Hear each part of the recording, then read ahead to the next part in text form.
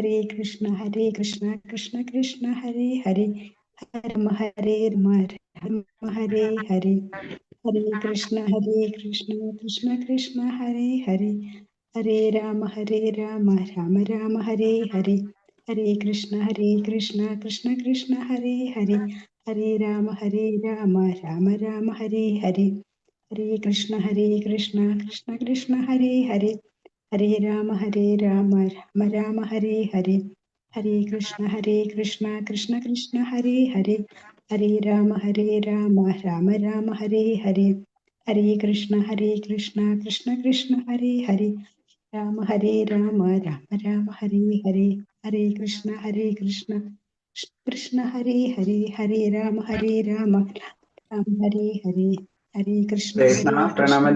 ഹരേ കൃഷ്ണ. നമുക്ക് Hare പ്രാർത്ഥനയിലേക്ക് കടക്കാം. ഓം നമോ ഭഗവതേ വാസുദേവായ, ഓം നമോ ഭഗവതേ വാസുദേവായ, ഓം നമോ ഭഗവതേ വാസുദേവായ. നാരായണം നമസ്കൃത്യം നരം ചൈവ നരോത്തമം ദേവീം സരസ്വതീം വ്യാസം തതോ ജയമുദിരേത് നഷ്ടപ്രായേഷു ഭദ്രേഷു നിത്യം ഭാഗവത സേവയാ. ഭാഗവതേ ഉത്തമ ശ്ലോകേ ഭക്തിർഭവതി നഷ്ടഗീം മൂകം കരോതി വാചാലം പങ്കും ലംഘയതേ ഗിരി യത്കൃപതമഹം വന്ദേ പരമാനന്ദമാധവം. ശ്രീ ഗുരുദീനതാരിണം ശ്രീചൈതന്യമീശ്വരം അജ്ഞാനതിമിരാന്ധസ്യ ജ്ഞാനാഞ്ജലശലാകയാ ചക്ഷുർമിലിതം യേന തസ്മൈ ശ്രീഗുരുവേ നമഃ. ശ്രീചൈതന്യം മനോഭീഷ്ടം സ്ഥാപിതം യേന ഭൂതലേ സ്വയം രൂപകഥാ മഹ്യം തദാദിസഭാന്തികം വന്ദേഹം ശ്രീഗുരു ശ്രീയുതപദകമലം ശ്രീഗുരും വൈഷ്ണവാംസ ശ്രീരൂപം സാഗരജാതം സഹന രഘുനാഥാനിധം തം സജീവം സാദൈവം സാവധൂതം പരിചനചൈതം കൃഷ്ണചൈതന്യദേവം ശ്രീരാധാകൃഷ്ണപാദാൻ സഹന ലളിത ശ്രീവിശാഖാനിം താം സാഹേ കൃഷ്ണ കരുണാ സിന്ധു ദീനബന്ധോ ജഗത്പദേ ഗോപേശ ഗോപികാ കാന്ത രാധാകാന്ത നമസ്തുതേ തപ്ത കാഞ്ചന ഗൗരാംഗി രാധേ വൃന്ദാവനേശ്വരി വൃഷഭാനുസുതേ ദേവി പ്രണമാമി ഹരിപ്രിയേ. വഞ്ചാകൽപതരൂപേച്ഛ കൃപാ സിന്ധിഭ്യേവ ച പതിനാം പാവനേഭ്യോ വൈഷ്ണവേഭ്യോ നമോ നമഃ. നമോ വിഷ്ണുപാദായ കൃഷ്ണപ്രേഷ്ഠായ ഭൂതലേ ശ്രീമദേ ഭക്തിവേദാന്ത സ്വാമിന്നിധി നാമിനെ. നമസ്തേ സാരസദേവേ ഗൗരവാണി പ്രചാരിണി നിർവിശേഷശൂന്യവാദി പാശ്ചാത്യദേശധാരിണേ. ജയ ശ്രീകൃഷ്ണ ചൈതന്യ പ്രഭു നിത്യാനന്ദ ശ്രീ അദ്വൈത ഗദാധര ശ്രീവാസാദി ഗൗരഭക്തവൃന്ദ. ഹരേ കൃഷ്ണ കൃഷ്ണ കൃഷ്ണ ഹരേ ഹരേ, ഹരേ രാമ രാമ രാമ ഹരേ ഹരേ. ഹരേ കൃഷ്ണ കൃഷ്ണ കൃഷ്ണ ഹരേ ഹരേ, ഹരേ രാമ രാമ രാമ ഹരേ ഹരേ. ഹരേ കൃഷ്ണ കൃഷ്ണ കൃഷ്ണ ഹരേ ഹരേ, ഹരേ രാമ രാമ രാമ ഹരേ ഹരേ. ഹരേ കൃഷ്ണ പ്രഭുവാദിക്ക് ജയ ഗുരുദേവ് ജനതകോടി വൈഷ്ണവ ഭക്തർക്ക് ജയ്. ഹരേ കൃഷ്ണ. എല്ലാവർക്കും പ്രണാമം. അപ്പൊ നമ്മള് ഇന്ന് ആറാമത്തെ ക്വസ്റ്റ്യൻ ആൻസർ ഉണ്ടല്ലോ അല്ലെ? ക്വസ്റ്റ്യൻ ആൻസർ ചെയ്തിട്ടില്ലല്ലോ? ഇല്ല, ആറിന്റെ ചെയ്തിട്ടില്ല. ഹരേ കൃഷ്ണ. ആദ്യം ക്വസ്റ്റ്യൻ ആൻസർ ചെയ്തിട്ട് പോയാലോ നമുക്ക്? ഓക്കെ. ആദ്യത്തെ ആറാമത്തെ ആരാ വായിക്കുന്നത്? ഹരേ കൃഷ്ണ. ഞാൻ വായിക്കാം. രത്നകുമാരിയാ? മാതാജ. ഓക്കെ, മാതാജി വായിച്ചോളൂ. മന്ത്രം 6 വിവരിക്കുക. യസ്തു സർവാണി ഭൂതാനി ആത്മന്യേവാനുപശ്യതി സർവഭൂതേഷു ചാത്മാനം തതോ ന വിജുഗുപ്സതേ. വിവർത്തനം. ഏതൊരുവൻ ഭഗവാനുമായി ബന്ധപ്പെടുത്തി സകലതിനെയും ദർശിക്കുന്നുവോ, സർവ ജീവരാശികളെയും അവിടുത്തെ വിഭിന്ന അംശശക്തികളായി കാണുന്നുവോ, ഏതൊരുവൻ സർവ്വതിലും പരമപുരുഷനെ ദർശിക്കുന്നുവോ, ആ വ്യക്തി ഒന്നിനെയും വെറുക്കുന്നില്ല. ഇനി ആറാമത്തെ മന്ത്രത്തിന്റെ നേരിട്ടുള്ള വിവർത്തനം അല്ലേ? അതെ, അത്ര ഉള്ളത് വിവർത്തനം. ഒരു ഭക്തൻ എങ്ങനെ ആവണം എന്നുള്ള കാര്യം അതിൽ പറഞ്ഞു തരുന്നത്. ഓക്കെ, അടുത്തത്. ആരാണ് മഹാഭാഗവത എന്നറിയപ്പെടുന്നത്? സകല വസ്തുക്കളെയും പരമദിവ്യോത്തമ പുരുഷനായി ബന്ധപ്പെടുത്തി ദർശനം ചെയ്യുന്ന ഒരു മഹത് വ്യക്തിയാണ് മഹാഭാഗവത എന്നറിയപ്പെടുന്നത്. ഓക്കെ, അത് ക്ലിയർ ആയിട്ട് ആ ഭാവാർത്ഥത്തിൽ എഴുതിയിട്ടുണ്ട്. സകല വസ്തുക്കളെയും പരമദിവ്യ പുരുഷനായി ബന്ധപ്പെടുത്തി ദർശനം ചെയ്യുന്ന മഹത് വ്യക്തിയാണ് മഹാഭാഗവത എന്നറിയപ്പെടുന്നത്. ഓക്കെ, അടുത്തത് ഭഗവാൻ മൂന്നാമത്തെ ഭഗവാന്റെ സാന്നിധ്യം സാക്ഷാത്കരിക്കുന്ന 3 ഘട്ടങ്ങൾ. അത് കനിഷ്ഠാധികാരി, മധ്യമാധികാരി, ഉത്തമാധികാരി. ഓക്കെ. അടുത്തത് കനിഷ്ഠ, മധ്യമ, ഉത്തമ അധികാരിയെ വിവരിക്കുക. കനിഷ്ഠാധികാരി എന്നത് സാക്ഷാത്കാരത്തിന്റെ ഏറ്റവും താഴ്ന്ന പടിയാണ്. അയാൾ സ്വന്തം മതവിശ്വാസമനുസരിച്ച് ക്ഷേത്രത്തിലോ പള്ളിയിലോ ചെന്ന് സ്വന്തം മതവിശ്വാസമനുസരിച്ച് ആരാധന നടത്തുന്നു. അത്തരം ഭക്തർ ആരാധനാ സ്ഥലത്തൊഴികെ മറ്റൊരു സ്ഥലത്തും ഭഗവാൻ സന്നിധനല്ലെന്ന് കരുതുന്നു. ഈ കനിഷ്ഠാധികാരികൾ വാസ്തവത്തിൽ ഭൗതിക സീമകളെ അതിലംഘിച്ച് ആത്മീയ തലത്തിലെത്താൻ ശ്രമിക്കുന്ന ഭൗതിക ഭക്തന്മാരാണ്. ഭൗതിക ഭക്തന്മാരാണ്. അടുത്തത് മധ്യമാധികാരി. സാക്ഷാത്കാരത്തിന്റെ 2ാം ഘട്ടത്തിലെത്തിയവരെ മധ്യമാധികാരികൾ എന്ന് വിളിക്കുന്നു. ഇത്തരം ഭക്തർ 4 വിഭാഗം ശ്രദ്ധകൾ തമ്മിലുള്ള വ്യത്യാസം മനസ്സിലാക്കുന്നു.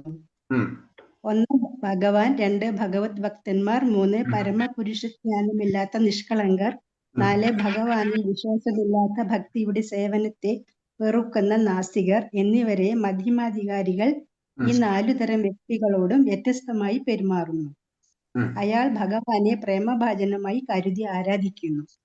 അപ്പൊ അതിൽ കറക്റ്റ് ഭഗവാൻ, ഭഗവത് ഭക്തർ, പരമപുരുഷൻ, സ്ലൈഡിൽ കണ്ട പോലെ പരമപുരുഷൻ, ജ്ഞാനമില്ലാത്ത നിഷ്കളങ്കർ, ഭഗവാനിൽ വിശ്വാസമില്ലാത്ത ഭക്തിയുത സേവനത്തെ വെറുക്കുന്ന നാസ്തികർ.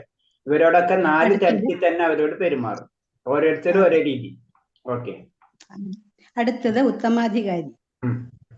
മധ്യമാധികാരികളെക്കാൾ ഉയർന്ന നിലയിലാണ് ഉത്തമാധികാരി. അവൻ എല്ലാ ഭഗവാനുമായി ബന്ധപ്പെടുത്തി ദർശിക്കുന്നു. അത്തരം ഓരോ ഭക്തൻ നാസ്തികനെയോ ആസ്തികനെന്നോ ഉള്ള ഭേദമില്ലാതെ എല്ലാവരെയും ഈശ്വരന്റെ ഭാഗങ്ങളായി ദർശിക്കുന്നു. എല്ലാവരും ഒരേപോലെ കാണാനുള്ള കഴിവ് ആർക്കുണ്ടാവും? ഉത്തമാധികാരിക്ക് ഉണ്ടാവും. പിന്നെ കുറച്ചുണ്ട്, അറ്റ്ലീസ്റ്റ് ഇത്രയെങ്കിലും എഴുതാം എല്ലാവരും. പിന്നെ ഓക്കെ, ഇത്ര എഴുതിയാലും മതി. ഓക്കെ. അടുത്തത് ഗുരു പരമ്പരയിലെ ആദ്യത്തെ 3 പേർ. ഒന്ന് ബ്രഹ്മാവ്, ശ്രീനാരദൻ, വ്യാസദേവൻ. ഓക്കെ. ആദ്യം തന്നെ ഭഗവാൻ, പിന്നെ ബ്രഹ്മാവ്, പിന്നെ വ്യാസദേവൻ. ഓക്കെ. ഭഗവാനിൽ നിന്നാണ് വരുന്നത്. അപ്പൊ ബ്രഹ്മാവ്, നാരദൻ, വ്യാസദേവൻ. അടുത്തത് വ്യാസദേവന്റെ അവസാനത്തെയും പരിപൂർണവുമായ കൃതി ഏതാണ്? ശ്രീമദ് ഭാഗവതമാണ്. ഒന്നും കൂടി എഴുതിയിട്ടുണ്ട്. ഭഗവാൻ സ്വയം അരുളി ചെയ്തതും വ്യാസദേവൻ ഗ്രന്ഥരൂപത്തിലാക്കിയതുമായ ഭഗവത്ഗീതയും ഉണ്ട്. അതെഴുതിയാ മതി അല്ലേ? ഭാഗവതാണ് ഫൈനല്. ഓക്കെ, ശരി. Haresh, thank you Mataji. ഹരേഷ്ണ, ക്ലിയർ ആയില്ലേ എല്ലാവർക്കും?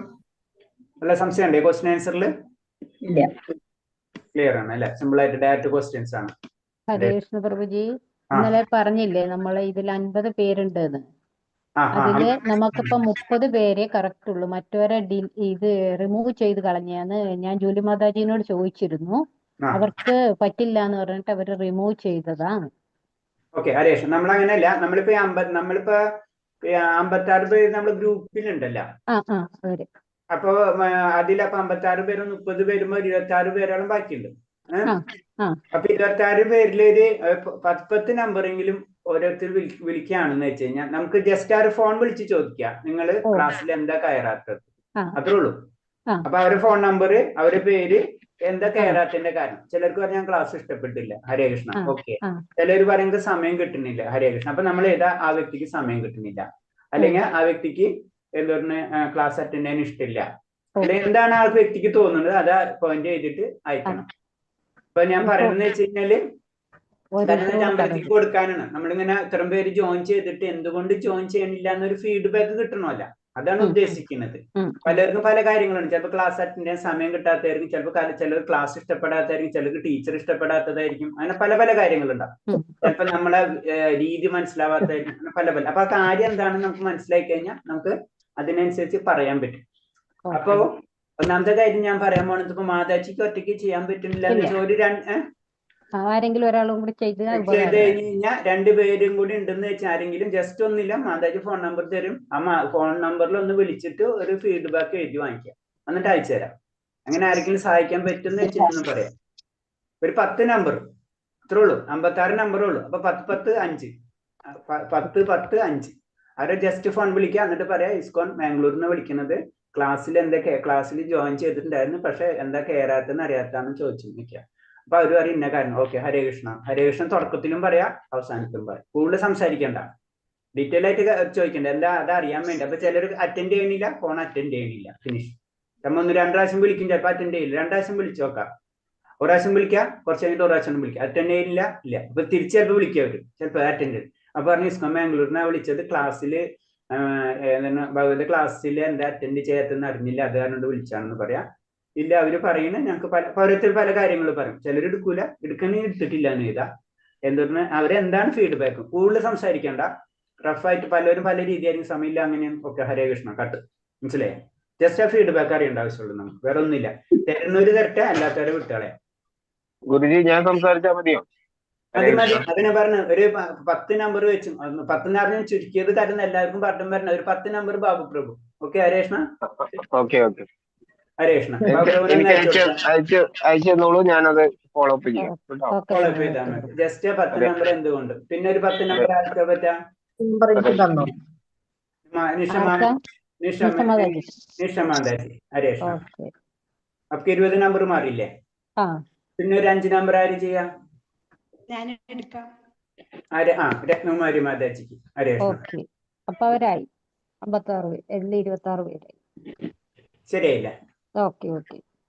അപ്പൊ ഒന്ന് പറയുമ്പോ പറയണം ഇസ്കോൺ ബാംഗ്ലൂരിൽ നിന്ന് വിളിക്കണം, ഭഗവതര ക്ലാസ്സിൽ തേർഡ് ലെവലിൽ, നമ്മൾ തേർഡ് ലെവലല്ല, തേർഡ് ലെവലിൽ കയറി കണ്ടില്ല, എന്താ കാര്യം എന്ന് അറിയാൻ വേണ്ടി ചോദിക്കാണ്. അപ്പൊ അവര്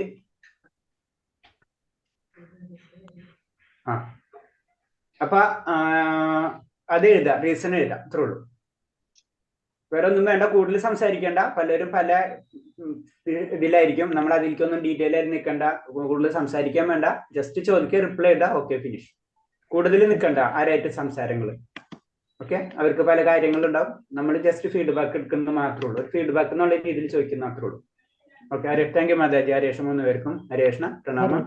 അപ്പൊ അത് ക്ലിയർ ആയി. പിന്നെ ഒരു പോയിന്റ് കൂടെ നമ്മൾ പറഞ്ഞിരുന്നില്ല, അത് ഗീത ക്ലാസ്സിൽ ആരെങ്കിലും അല്ല, നമ്മളെ പാരായണത്തിന് ആരെങ്കിലും ഹെൽപ്പ് ചെയ്യാൻ താല്പര്യം ഉണ്ടെങ്കിൽ ചെയ്യാം.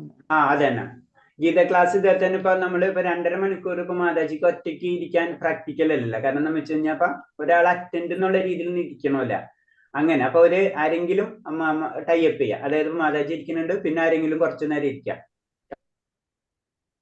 ജൂലി മാതാജി നമ്മള് 2.5 മണിക്കൂർ ഗീത പറയാനുണ്ട്, ഒരാള് പറയാൻ. അപ്പൊ പാരായണത്തിന് കയറുന്ന ആരെങ്കിലും ഒരു ടൈം, ഞാൻ ഒരു അരമണിക്കൂറും അല്ലെങ്കിൽ ഞാൻ 1 മണിക്കൂർ ഇരിക്കാം എന്നുള്ള ലെവലിൽ ആരെങ്കിലും ഉണ്ടെന്ന് വെച്ച് കഴിഞ്ഞാൽ അവര് ആരെങ്കിലും അങ്ങനെ ഇരിക്കാൻ പറ്റും. കൈത പാരായണത്തിൽ കയറുന്നവര്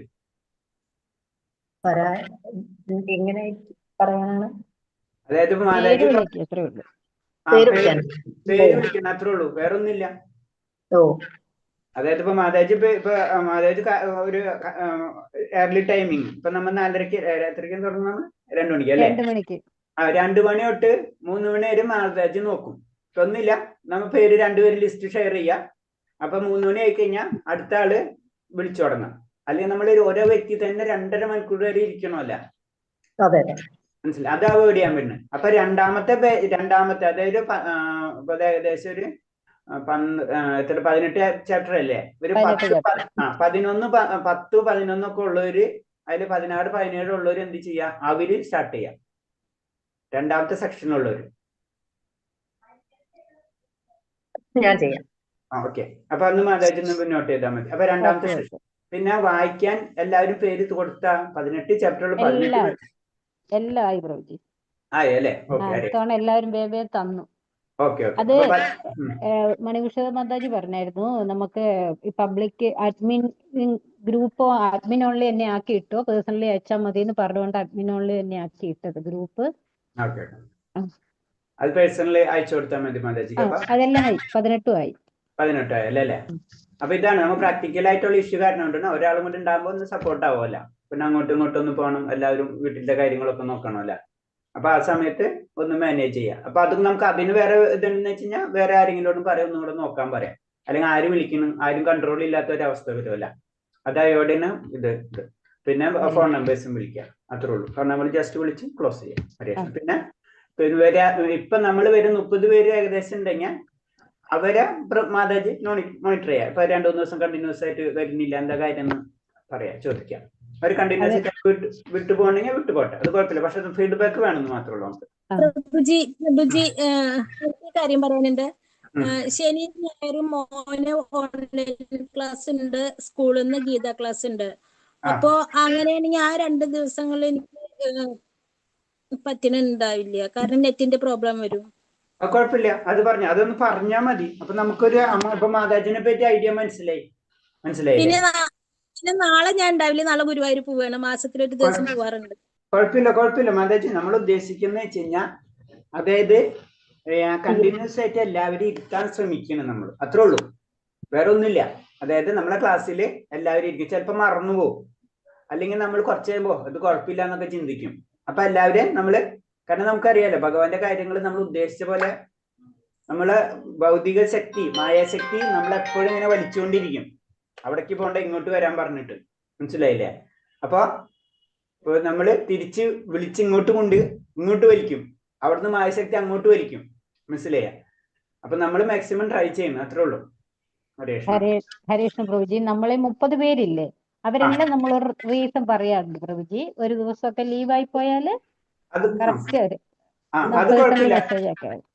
അത് മതി, അത് കുഴപ്പമില്ല. നമുക്കൊരു 30 പേരുണ്ടെങ്കിൽ 30 പേര് എന്താണ് അവരുടെ ആക്ടിവിറ്റീസ് നമുക്ക് അറിയണമെന്ന് മാത്രമേ ഉള്ളൂ, വേറെ ഒന്നുമില്ല. കാരണം ചിലപ്പോ അപ്പൊ മാതാജി പറഞ്ഞ പോലെ 2 ദിവസം ഉണ്ടാവില്ല, ഓക്കെ. ചിലർക്ക് എന്തെങ്കിലും ഇഷ്യൂ വന്നു, ഓക്കെ, അത് കുഴപ്പമുള്ളതല്ല. പക്ഷെ കണ്ടിന്യൂസ് ആയിട്ട് 2-3 ദിവസം വന്ന് പെട്ടെന്ന് ഇങ്ങനെ അപ്രത്യക്ഷമാവണവരെ പിടിക്കണം, അത്രേ ഉള്ളൂ.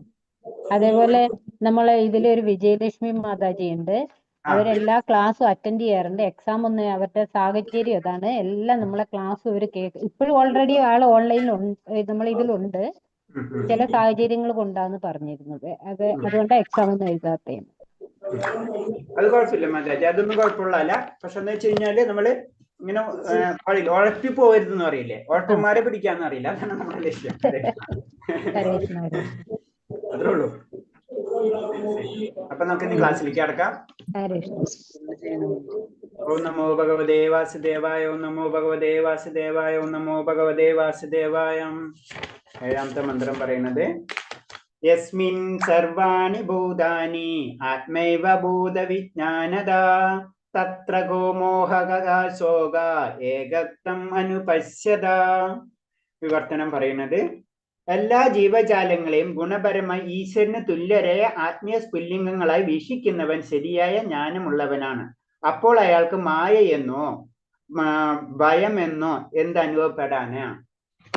അപ്പൊ ഇതും കഴിഞ്ഞ മന്ത്രത്തിന്റെ സെയിം തന്നെ, ഭക്തനെ പറ്റി തന്നെയാണ് കഴിഞ്ഞ മന്ത്രത്തിൽ പറയുന്നതും. ഇതും ഇതേപോലെ തന്നെ 7ാമത്തെ മന്ത്രവും ഭക്തനെ പറ്റി തന്നെ പറയുന്നത്. ഭക്തൻ എന്താ ചെയ്യാ? എല്ലാ ജീവജാലങ്ങളും ഭഗവാന്റെ ആ സ്ഫുല്ലിംഗമാണെന്ന്, അല്ലെ? മമവംശ ജീവലോക, എല്ലാ ജീവവംശങ്ങളും ഭഗവാന്റെ അംശമാണെന്ന് അറിയുന്ന വ്യക്തി, ആ വ്യക്തിനാണ് ശരിക്കും നമ്മൾ ഭക്തൻ എന്ന് പറയാം. അപ്പോൾ അയാൾക്ക് എന്ത് മായ എന്നോ ഭയം എന്നോ എന്തനുഭവപ്പെടാനാണ്? ആ ലെവലിൽ എത്തുമ്പോൾ എന്താണ് ഭൗതികം എന്താണെന്ന് അറിയാം, അതേപോലെ തന്നെ ആത്മീയം എന്താണെന്ന് അറിയാം, ജീവലോകം എന്താണെന്നൊക്കെ ആ വ്യക്തിക്ക് അറിയാൻ കഴിയും. അതായത് എല്ലാ ജീവജാലങ്ങളും ഭഗവാന്റെ ഗുണപരമായിട്ട്, അതിൽ എഴുതിയിട്ടുണ്ട് ഗുണപരമായിട്ടാണ്, അല്ലാണ്ട് അതിന്റെ വലിപ്പല്ല. ഗുണത്തിൽ നമ്മൾ പറയില്ലേ, കടലിലത്തെ ജലത്തിൽ ഒരു തുള്ളി, കടല് ഭഗവാനുണ്ടെങ്കിൽ ഒരു തുള്ളി എന്ത് നമ്മളാണ്. അങ്ങനെ മനസ്സിലാക്കുന്ന കഴിയുന്ന വ്യക്തിയാണ് ശരിക്കും എന്താണ് ഭക്തനാണെന്ന് വീണ്ടും നമുക്ക് പറഞ്ഞു തരാണ്. എല്ലാവരും ഉള്ളിൽ ആ ജീവന്റെ അംശം, ആ ചൈതന്യം ഭഗവാന്റെ ആണെന്ന് മനസ്സിലാക്കാം. അതാണ്. അപ്പൊ അയാൾക്ക് മായ എന്നോ ഭയപ്പെടാനോ എന്താണുള്ളത്? പിന്നെ അവിടെ ആ സബ്ജക്റ്റ് കഴിയണം നമുക്ക്. മധ്യമാധികാരി ഉത്തമാധികാരി ഒഴികെ മറ്റാർക്കും തന്നെ ഒരു ജീവന്റെ അധ്യാത്മാവസ്ഥയെ ദർശിക്കാൻ കഴിയില്ല. അത് നമ്മൾ പറഞ്ഞില്ല, നമ്മളെ സ്കാൻ ചെയ്യണ പോലെ തന്നെ. കാരണം മധ്യമാധികാരിക്കും ഉത്തമാധികാരിക്കും അത് മനസ്സിലാക്കാൻ കഴിയും. നമ്മൾ കുറച്ച് ഇപ്പൊ തന്നെ പറഞ്ഞല്ലേ, മധ്യമാധികാരികൾക്ക് ഭക്തൻ ആരാണെന്ന് അറിയാം, നിരീശ്വരവാദി ആരാണെന്ന് അറിയാം, നിഷ്കളങ്കൻ ആരാണെന്ന് അറിയാം, അവരോട് ഓരോ രീതിയിലും അവർക്ക് പെരുമാറാനും അറിയാം. അതാണ് മധ്യമാധികാരിക്ക് വരുമ്പോൾ. അപ്പൊ ഉത്തമാധികാരികൾക്കും മധ്യമാധികാരികൾക്കും എന്താണ് ഒരു ജീവന്റെ ആത്മീയ സ്വഭാവം എന്താണെന്ന് മനസ്സിലാക്കാൻ കഴിയും. മഹാഭാഗവതനായ ഭക്തൻ സകല വസ്തുക്കളെയും ഭഗവാന്റെ ശക്തി വിശേഷങ്ങൾ ദർശിക്കുന്നുണ്ട്, എല്ലാത്തിലും ഏകത്വം ദർശിക്കുന്നു. അതാണ് ഇവിടെ ഏകത്വം കൊണ്ട് ഉദ്ദേശിക്കുന്നത്. എല്ലാതിലും ഭഗവാനെ കാണാം. അപ്പൊ എന്താണത്? എല്ലാതിലും ഭഗവാനെ കാണുമ്പോഴാണ് ഉത്തമാധികാരി എല്ലാതും ഒന്ന് തന്നെ എന്ന് മനസ്സിലാവുന്നത്. എല്ലാതിലും ഭഗവാനെ കാണുമ്പോ എല്ലാതും ഒന്ന് തന്നെ. അവിടെയാണ് അദ്വൈത സിദ്ധാന്തം പതുക്കെ പതുക്കെ ടച്ചായി വരുന്നത്. അതിന്റെ അർത്ഥം ഒന്നൊന്നല്ല, ഭഗവാന്റെ അംശം എല്ലാത്തിലുണ്ട്. അപ്പൊ എല്ലാതും ഒന്ന് തന്നെ. അതാണ് അത് തന്നെ ഭേദ അഭേദ, അത് ഭേദവും അഭേദവും അത് ഭഗവാൻ തന്നെയാണ്. അത് ഭിന്നമാണ് അഭിന്നമാണ്. അഭിന്നം എന്ന് പറയുമ്പോൾ എന്താണ്? ഭഗവാനും നമ്മൾ ഒന്ന് തന്നെ. ഭിന്നം എന്ന് പറയുമ്പോൾ ഭഗവാനും നമ്മൾ വ്യത്യസ്തമാണ്. ഈ രണ്ട് കാര്യങ്ങളും നമുക്ക് കാണാൻ കഴിയും. അതായത് ഭഗവാന്റെ അംശമാണ്, ഭഗവാന് വ്യത്യസ്തമാണ്, ഭഗവാൻ വ്യത്യസ്തനാണ്, വ്യത്യസ്തനാണ്. ആ അവസ്ഥ അതായിരിക്കും മനസ്സിലാക്കാൻ കഴിയുന്ന പറയുന്നത് ആ ഉത്തമ അധികാരി, അവർക്കത് ശരിക്കും മനസ്സിലാവും. പരമോന്നത പൂർണ്ണത്തിന്റെ ഭഗവാന്റെ അറിയപ്പെടുന്ന 80% ഗുണങ്ങളും വ്യക്തിഗത സ്പുല്ലിംഗങ്ങൾക്കുണ്ട്, ജീവാത്മാക്കൾക്കുണ്ട്. നമ്മ പറയുമ്പോഴും ഭഗവാന്റെ അംശമാണ്, ഭഗവാന്റെ എല്ലാ ഗുണങ്ങളും ഉണ്ടെന്ന് പറഞ്ഞാലും മുഴുവനും ഗുണം കിട്ടൂല എന്നാൽ ഗുണം തന്നെ. ഇപ്പം സമുദ്രത്തിൽ ഒരു തുള്ളി വെള്ളം എടുത്തു കഴിഞ്ഞാൽ ഉപ്പ് രസം ഉണ്ടെന്ന് പറഞ്ഞാലും ഉപ്പ് രസം അടുത്ത തുള്ളിയിൽ വ്യത്യാസം ഉണ്ടാവും അല്ലെ, കറക്റ്റ് ആയിട്ട് ചെക്ക് ചെയ്യുമ്പോ. എന്നത് പറയാലെ നമുക്ക് ഭഗവാന്റെ ഗുണത്തിൽ തന്നെ 80% ഉണ്ടാവുള്ളൂ. ഇത് വലിപ്പം വേറെ, അല്ലാതെ തന്നെ ഗുണം എടുത്തു നോക്കിക്കഴിഞ്ഞാൽ, അതായത് നമ്മ പറഞ്ഞ ഭഗവാന് നല്ല സൗന്ദര്യമുണ്ട്, നമ്മളെ സൗന്ദര്യം ഇത്തിരി കുറവായിരിക്കും ശരിക്കും പറഞ്ഞു കഴിഞ്ഞാൽ. അപ്പൊ ഗുണം ഒരേപോലെ, ഭഗവാന് സൗന്ദര്യം ഉണ്ടെങ്കിൽ അതേപോലെ തന്നെ സൗന്ദര്യം നമുക്ക് ഉണ്ടാവണമെന്നില്ല. അതാണ് 80% വരെ മാക്സിമം നമുക്ക് എത്താൻ പറ്റുള്ളൂ. എന്നാൽ അളവിന്റെ കാര്യത്തിൽ ഭഗവാനോട് തുല്യരല്ല. ജീവാത്മാക്കൾ പരമപുരുഷന്റെ സൂക്ഷ്മാശ്രമങ്ങളാകിയാൽ ഈ ഗുണങ്ങൾ അവയിലും ചെറിയ അളവിൽ കാണപ്പെടുന്നു. അതിന്റെ അർത്ഥം എന്ന് പറഞ്ഞാൽ ഭഗവാന്റെ അംശമാണ് നമ്മൾ, അല്ലാണ്ട് ഭഗവാന്റെ തുല്യരല്ല നമ്മൾ. ആദ്യം നമ്മൾ അത് മനസ്സിലാക്കണം. അതും 80% ഉള്ളൂ. സമുദ്രത്തിന്റെ ഒരു തുള്ളി വെള്ളത്തിൽ ഉപ്പിന്റെ അളവിനെ മുഴുവൻ സമുദ്രത്തിന്റെ അടങ്ങിയിട്ടുള്ള ഉപ്പുമായി താരതമ്യം ചെയ്യാൻ കഴിയില്ല. അതൊന്നുകൂടെ നമുക്ക് പറഞ്ഞു തരണം. ഭഗവാൻ വേറെയാണ്, ഭഗവാന്റെ ശക്തി വളരെ വലുതാണ് നമ്മളെ വെച്ച് നോക്കുമ്പോൾ. അല്ലാതെ ഞാനും ഭഗവാനും ഒന്നാണ് എന്ന് നമുക്ക് ചിന്തിക്കാനേ കഴിയില്ല. അതായത് അദ്വൈത സിദ്ധാന്തത്തെ ദ്വൈത സിദ്ധാന്തത്തിലേക്ക് നമ്മളെ കൊണ്ടുപോവാണ്. അദ്വൈത സിദ്ധാന്തം ശരിയാണ്, എല്ലാവരും തുല്യരാണ്, ഭഗവാന്റെ ചൈത്യം എന്നാണ്, എല്ലാത്തിലും ഭഗവാനെ കാണാം. അപ്പൊ നമ്മൾ ഭഗവാനെ ഒന്ന് തന്നെയാണ്, അഹം ബ്രഹ്മാസ്മി, അത് കറക്റ്റാണ്. പക്ഷെ ഈ ബ്രഹ്മം എന്ന് പറയുമ്പോൾ പരബ്രഹ്മം വേറെ ഉണ്ട്. അവിടെയാണ് ദ്വൈതാദ്വൈത സിദ്ധാന്തത്തിന്റെ വ്യത്യാസം പറയുന്നത്. അതാണ് ഒന്നും കൂടെ ആ കറക്റ്റ് നമ്മളിലേക്ക് വരുത്താണ്. ഭഗവാൻ വേറെ, നമ്മൾ വേറെ എന്ന് നമ്മളെ കൊണ്ട് പറഞ്ഞ് മനസ്സിലാക്കാണ്. അപ്പൊ എന്താണ് അതിൽ പറഞ്ഞത്? അത് രാസഘടനയെ ഒരു തുള്ളി ജലത്തിന്റെ ഉപ്പിന് സമുദ്രത്തിന് മുഴുവൻ അടങ്ങിയ ഉപ്പിന്റെ ഗുണങ്ങളുണ്ട്. എല്ലാ രാസഘടനയായിട്ട് നോക്കുമ്പോ എല്ലാ ഗുണങ്ങളും ഉണ്ട്. അത് തന്നെ 80% ഉള്ളൂ കേട്ടോ. അപ്പൊ അത് തന്നെ വലിപ്പം വെച്ച് നോക്കുമ്പോഴോ നമുക്ക് കമ്പയർ ചെയ്യാനും പറ്റില്ല. അപ്പൊ ഭഗവാന്റെ ശക്തിയോ ഭഗവാന്റെ സൗന്ദര്യമോ ഭഗവാന്റെ ജ്ഞാനമോ ഭഗവാന്റെ ബലോ ഇതൊന്നും നമുക്ക് കമ്പയർ ചെയ്യാൻ പറ്റില്ല. പക്ഷെ ഇതെല്ലാതും നമ്മളിക്കലും ഉണ്ടെന്നാണ്. അതാണ് ഇത് പറയുന്നത്. ഗുണപരമായും പരിണാമത്തിലും വ്യക്തിഗത ജീവസത്ത ഭഗവാന് സമാനനാണെങ്കിൽ ഭൗതികശക്തി വിധേയനാകുന്നു എന്ന പ്രശ്നം തന്നെ ഉണ്ടാവുമായിരുന്നില്ല. അപ്പൊ ഭഗവാന്റെ പോലെ തന്നെ എല്ലാ ശക്തിയും നമുക്ക് കിട്ടാണെന്ന് വെച്ച് കഴിഞ്ഞാൽ പിന്നെ നമുക്ക് ഭൗതിക പ്രകൃതിയിൽ അധീനനാവേണ്ട ആവശ്യമില്ല. ഭൗതിക പ്രകൃതി നമ്മളെ കൺട്രോൾ ചെയ്യില്ല. കാരണം നമുക്ക് ലിമിറ്റഡ് ആയിട്ടുള്ള സ്വാതന്ത്ര്യമുള്ളൂ. അപ്പൊ അത് കാരണം കൊണ്ട് നമ്മൾ എന്താണ്, ഭൗതിക പ്രകൃതി നമ്മളെ പിടിച്ചിരിക്കും. നമുക്കറിയാം ചെറിയ എന്താണ് അസുഖങ്ങൾ വരുമ്പോ നമുക്ക് പെട്ടെന്ന് അസുഖങ്ങൾ പെടും. കാരണം തന്നെ നമുക്ക് അത്ര ഇമ്മ്യൂണിറ്റി പവർ ഇല്ല അല്ലെ. ഇമ്മ്യൂണിറ്റി പവർ കൂടുതലുണ്ടെങ്കിൽ ഓട്ടോമാറ്റിക്കായിട്ട് അസുഖങ്ങൾ പിടിപെടില്ല. എന്നത് പറഞ്ഞ പോലെ നമ്മൾ ഇമ്മ്യൂണിറ്റി കുറവ്, അതായത് പ്രതിരോധ ശക്തി നമുക്ക് കുറവാണ് ചുരുക്കി പറഞ്ഞു കഴിഞ്ഞാൽ. കുറയും തോറും ഭൗതിക ആസക്തി, ഭൗതികമായിട്ടുള്ള മായാശക്തി പിടികൂടിക്കൊണ്ടിരിക്കും. ഇമ്മ്യൂണിറ്റി അല്ലെങ്കിൽ നമ്മളെ പ്രതിരോധ ശക്തി അത് കൂടുമ്പോൾ എന്താണ്, അസുഖം വരാനുള്ള സാധ്യത കുറവാണ്. ഇതേപോലെ തന്നെ പരിശുദ്ധ അവസ്ഥയിലേക്ക് നമ്മൾ കടക്കുമ്പോൾ അപ്പൊ ഒരിക്കലും ഭഗവാനെ വെച്ചിട്ട് നമ്മളെ കമ്പയർ ചെയ്യാൻ പറ്റില്ല. അതാണ് ഇൻഡയറക്റ്റ് ആയിട്ട് പറയുന്നത്. എല്ലാ ജീവജാലങ്ങളും പക്ഷിമൃഗാദികളും സസ്യജാലങ്ങളും എല്ലാം ഭഗവാന്റെ തടശക്തിയുള്ള ഉൽപ്പന്നങ്ങളാണെന്ന് ഭഗവത്ഗീതയിൽ 7:5 പ്രസ്താവിച്ചിരിക്കുന്നു. അത് തന്നെ ഭഗവാന്റെ തന്നെ 3 ശക്തികൾ നമ്മൾ പറഞ്ഞല്ലേ. 3 ശക്തിയിൽ ആ തടസ്സ ശക്തിയിലാണ് നമ്മൾ എല്ലാവരും വരുന്നത്. അപ്പൊ ഭഗവാന്റെ ശക്തികളിൽ തന്നെ അനവധിയുണ്ട്. അതിൽ തന്നെ ഒരു ശക്തിയുടെ ഒരു സെക്ഷൻ, അതായത് തടസ്സ ശക്തി എന്ന് പറയുന്നതിലെ വരുന്ന പാർട്ടിയിലാണ് നമ്മൾ തിരിക്കുമ്പോൾ തടസ്സ ശക്തി എന്നാണ് നമ്മളിങ്ങനെ ഓരോ കഷ്ണങ്ങളായിട്ട് നമ്മൾ ഇങ്ങോട്ട് പോന്നിട്ടുള്ളത്. ആനന്ദമയ അഭ്യാസ എന്ന വേദാന്ത സൂത്രം പ്രസ്താവിക്കുന്നു, ഭഗവാൻ ഉൾപ്പെടെയുള്ള എല്ലാ ജീവസത്വങ്ങളും നിരന്തരം ആനന്ദം അന്വേഷിക്കുന്നു. ഇതാണ് നമ്മൾ പറയുന്നത്. നമുക്ക് ഒരിക്കലും സന്തോഷം കിട്ടാത്തതിന്റെ കാരണം ഇതാണ്. അതായത് വേദാന്ത സൂത്രത്തിൽ പറഞ്ഞ എല്ലാവരും ആനന്ദം അന്വേഷിച്ചു കൊണ്ടിരിക്കുകയാണ്. അപ്പൊ എന്താണ്, നമുക്ക് എന്ത് കിട്ടിയാലും മതി വരില്ല. കാരണം നമ്മൾ വലിയൊരു ആനന്ദത്തിൽ നിന്ന് നമ്മൾ പോന്നിട്ടുള്ളത്. അപ്പൊ ആനന്ദം കിട്ടാത്തിടത്തോളം കാലം നമ്മൾ ഈ ആനന്ദം അന്വേഷിച്ചു കൊണ്ടിരിക്കും. അത് എന്നാ കിട്ടുന്നത് എന്ന് ഭഗവാൻ സാക്ഷാത്കാരം, ഭഗവാനായിട്ട് റീകണക്ട് ആവാൻ നമ്മ അവിടെ നിന്ന് പോകുന്ന ആ അംശം ഭഗവാനായിട്ട് എന്ന് കണക്ട് ആകുമ്പോഴാണ് പരിപൂർണമായിട്ട് നമുക്ക് ആനന്ദം നമുക്ക് ലഭിക്കുന്നത് എന്നാ പറയുന്നത്. അതേ വരെ നമ്മുടെ അന്വേഷണമായിരിക്കും. ഭൗതിക ലോകത്തിലെ ആനന്ദ കേന്ദ്രം ശരിയായത്തിനല്ലാത്തതിനാൽ ജീവശക്തികൾ തമ്മിൽ ഏറ്റുമുട്ടലുണ്ടാകുന്നു. ഭൗതിക ലോകത്തിലെ കാര്യം നമുക്കറിയാം. ഇത് ഏതാണ് ആനന്ദം നമുക്ക് അറിയാത്തത് കാരണം കൊണ്ട് ഒരു വ്യക്തി വിചാരിക്കും അതാണ്, അവനും വിചാരിക്കും അതാണ്. അപ്പൊ അവർ തമ്മിൽ ഏറ്റുമുട്ടൽ തുടങ്ങും. അതാണ് പ്രോബ്ലം. സത്യത്തിൽ രണ്ടുപേർക്ക് ഇപ്പൊ ഒരാൾക്ക് കിട്ടിയെന്ന് വയ്ക്കാം, അത് കിട്ടിക്കഴിഞ്ഞാലും കുറച്ച് കഴിയുമ്പോൾ മനസ്സിലാക്കി ഇതല്ല, അപ്പൊ അയാൾ അത് വിടും. അപ്പൊ മറ്റേയാൾക്ക് എന്താ, എനിക്കത് കിട്ടിയില്ല എന്നുള്ള വിഷമം. ഒരാൾക്ക് കിട്ടി എന്നുള്ള വിഷമം, ഒരാൾക്ക് കിട്ടാത്ത വിഷമം. ഈ രണ്ട് വിഷമങ്ങൾ തമ്മിൽ എപ്പോഴും ഏറ്റുമുട്ടൽ ഉണ്ടായിക്കൊണ്ടിരിക്കും. ഉദാത്തമായ രാസനൃത്തത്തിന്റെ കേന്ദ്രമായ പരമപുരുഷൻ തന്നെയാണ് ആനന്ദത്തിന്റെ യഥാർത്ഥ കേന്ദ്രം. ആ രാസനൃത്തം അല്ലെ, അതാണ് പരിപൂർണമായിട്ടുള്ള ആനന്ദം എന്ന് പറയുന്നത്. ലീലകൾ, ഭഗവാന്റെ ലീലകളെ പറ്റിയാണ്. അത് നമുക്കറിയാം, 10ാം സ്കന്ധത്തിലാണ്. നമ്മളോട് പറഞ്ഞ് നേരിട്ട് 10ാം സ്കന്ധം വായിക്കരുത്. കാരണം 1ാം സ്കന്ധം, 2ാം സ്കന്ധം, 3ാം സ്കന്ധം ആ രാസനൃത്തത്തെ, അതാണ് ആനന്ദം. ആ ലെവലിലേക്ക്, അത് പ്രേമഭക്തിയാണ്. അത് മനസ്സിലാക്കണമെങ്കിൽ നമ്മൾ എന്താണ്, പതുക്കെ ഉയർന്ന് ഭക്തന്റെ തലത്തിലേക്ക് എത്തിക്കഴിഞ്ഞാലേ മാത്രമേ എന്നുള്ള രാസനൃത്തത്തിന്റെ കാര്യങ്ങൾ നമുക്ക് മനസ്സിലാവുള്ളൂ എന്ന് പറഞ്ഞു. അതാണ് ഏറ്റവും വലിയ ആനന്ദം എന്ന് പറയുന്നത്. നാം എല്ലാവരും ഒരു അതീന്ദ്ര താല്പര്യത്തോടെ ഇതിൽ പങ്കുചേർന്ന് ഭഗവാനോട് ജീവിതം ആസ്വദിക്കേണ്ടവരാണ്. നമ്മൾ എല്ലാവരും ഈ ഒരു അതീന്ദ്ര അവസ്ഥയിലെത്തി ഭഗവാനോട് ചേർന്ന് ആ ജീവിതം ആസ്വദിക്കേണ്ടവരാണ് എന്നാ പറയുന്നത്. മായ അഥവാ വ്യാമോഹത്താൽ നിന്നാണ് നിരീശ്വര സംസ്കാരം ഉടലെടുത്ത്. അത്തരം സംസ്കാരത്തിന്റെ ഫലമാണെങ്കിലോ ശോകം തന്നെ. നമുക്കറിയാം, മായയിൽ നിന്നാണ് നമുക്ക് ഈ ഇത്തരം നിരീശ്വര സംസ്കാരം നമ്മൾ ഉടലെടുക്കുന്നത്. അത് എന്താ പറയുന്നത്, അത് ലാസ്റ്റ് ശോകം തന്നെയാണ്, ദുഃഖം തന്നെയാണ്. കാരണം എന്താണ്, നമ്മൾ പോവും, അത് പിടിക്കും, അതല്ലാന്ന് മനസ്സിലാവും, അവിടെ ഇടും, പിന്നെ അടുത്തേക്ക് പോവും, അത് പിടിക്കും. അത്രയും കാലം നമ്മൾ കഷ്ടപ്പെടാണ്.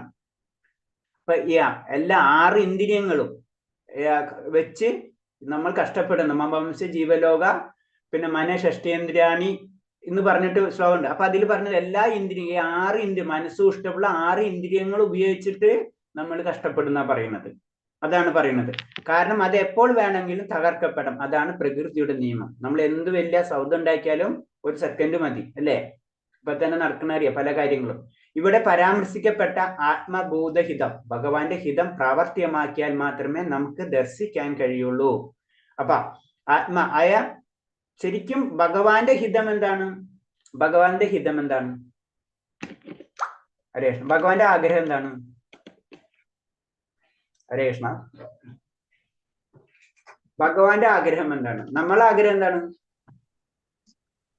നമ്മൾ അൾട്ടിമേറ്റ് ഉള്ള ആഗ്രഹം എന്താണ്? ഗോലോക വൃന്ദാവനത്തിലേക്ക് എത്തുക. ഭഗവാന്റെ ആഗ്രഹം എന്താണ്? നമ്മളവിടെ എത്തിക്കുക. നമ്മളെത്തിക്കുക. അതാണ് പറഞ്ഞത്. അപ്പൊ ഭഗവാന്റെ ഹിതം പ്രാവർത്തികമാക്കിയാൽ മാത്രമേ നമുക്ക് ദർശിക്കാൻ കഴിയുള്ളൂ. അപ്പൊ ഭഗവാന്റെ ഹിതം എന്ന് പറഞ്ഞത് ഗോലോക വൃന്ദാവനത്തിലേക്ക് നമ്മൾ കൊണ്ടുപോവാം.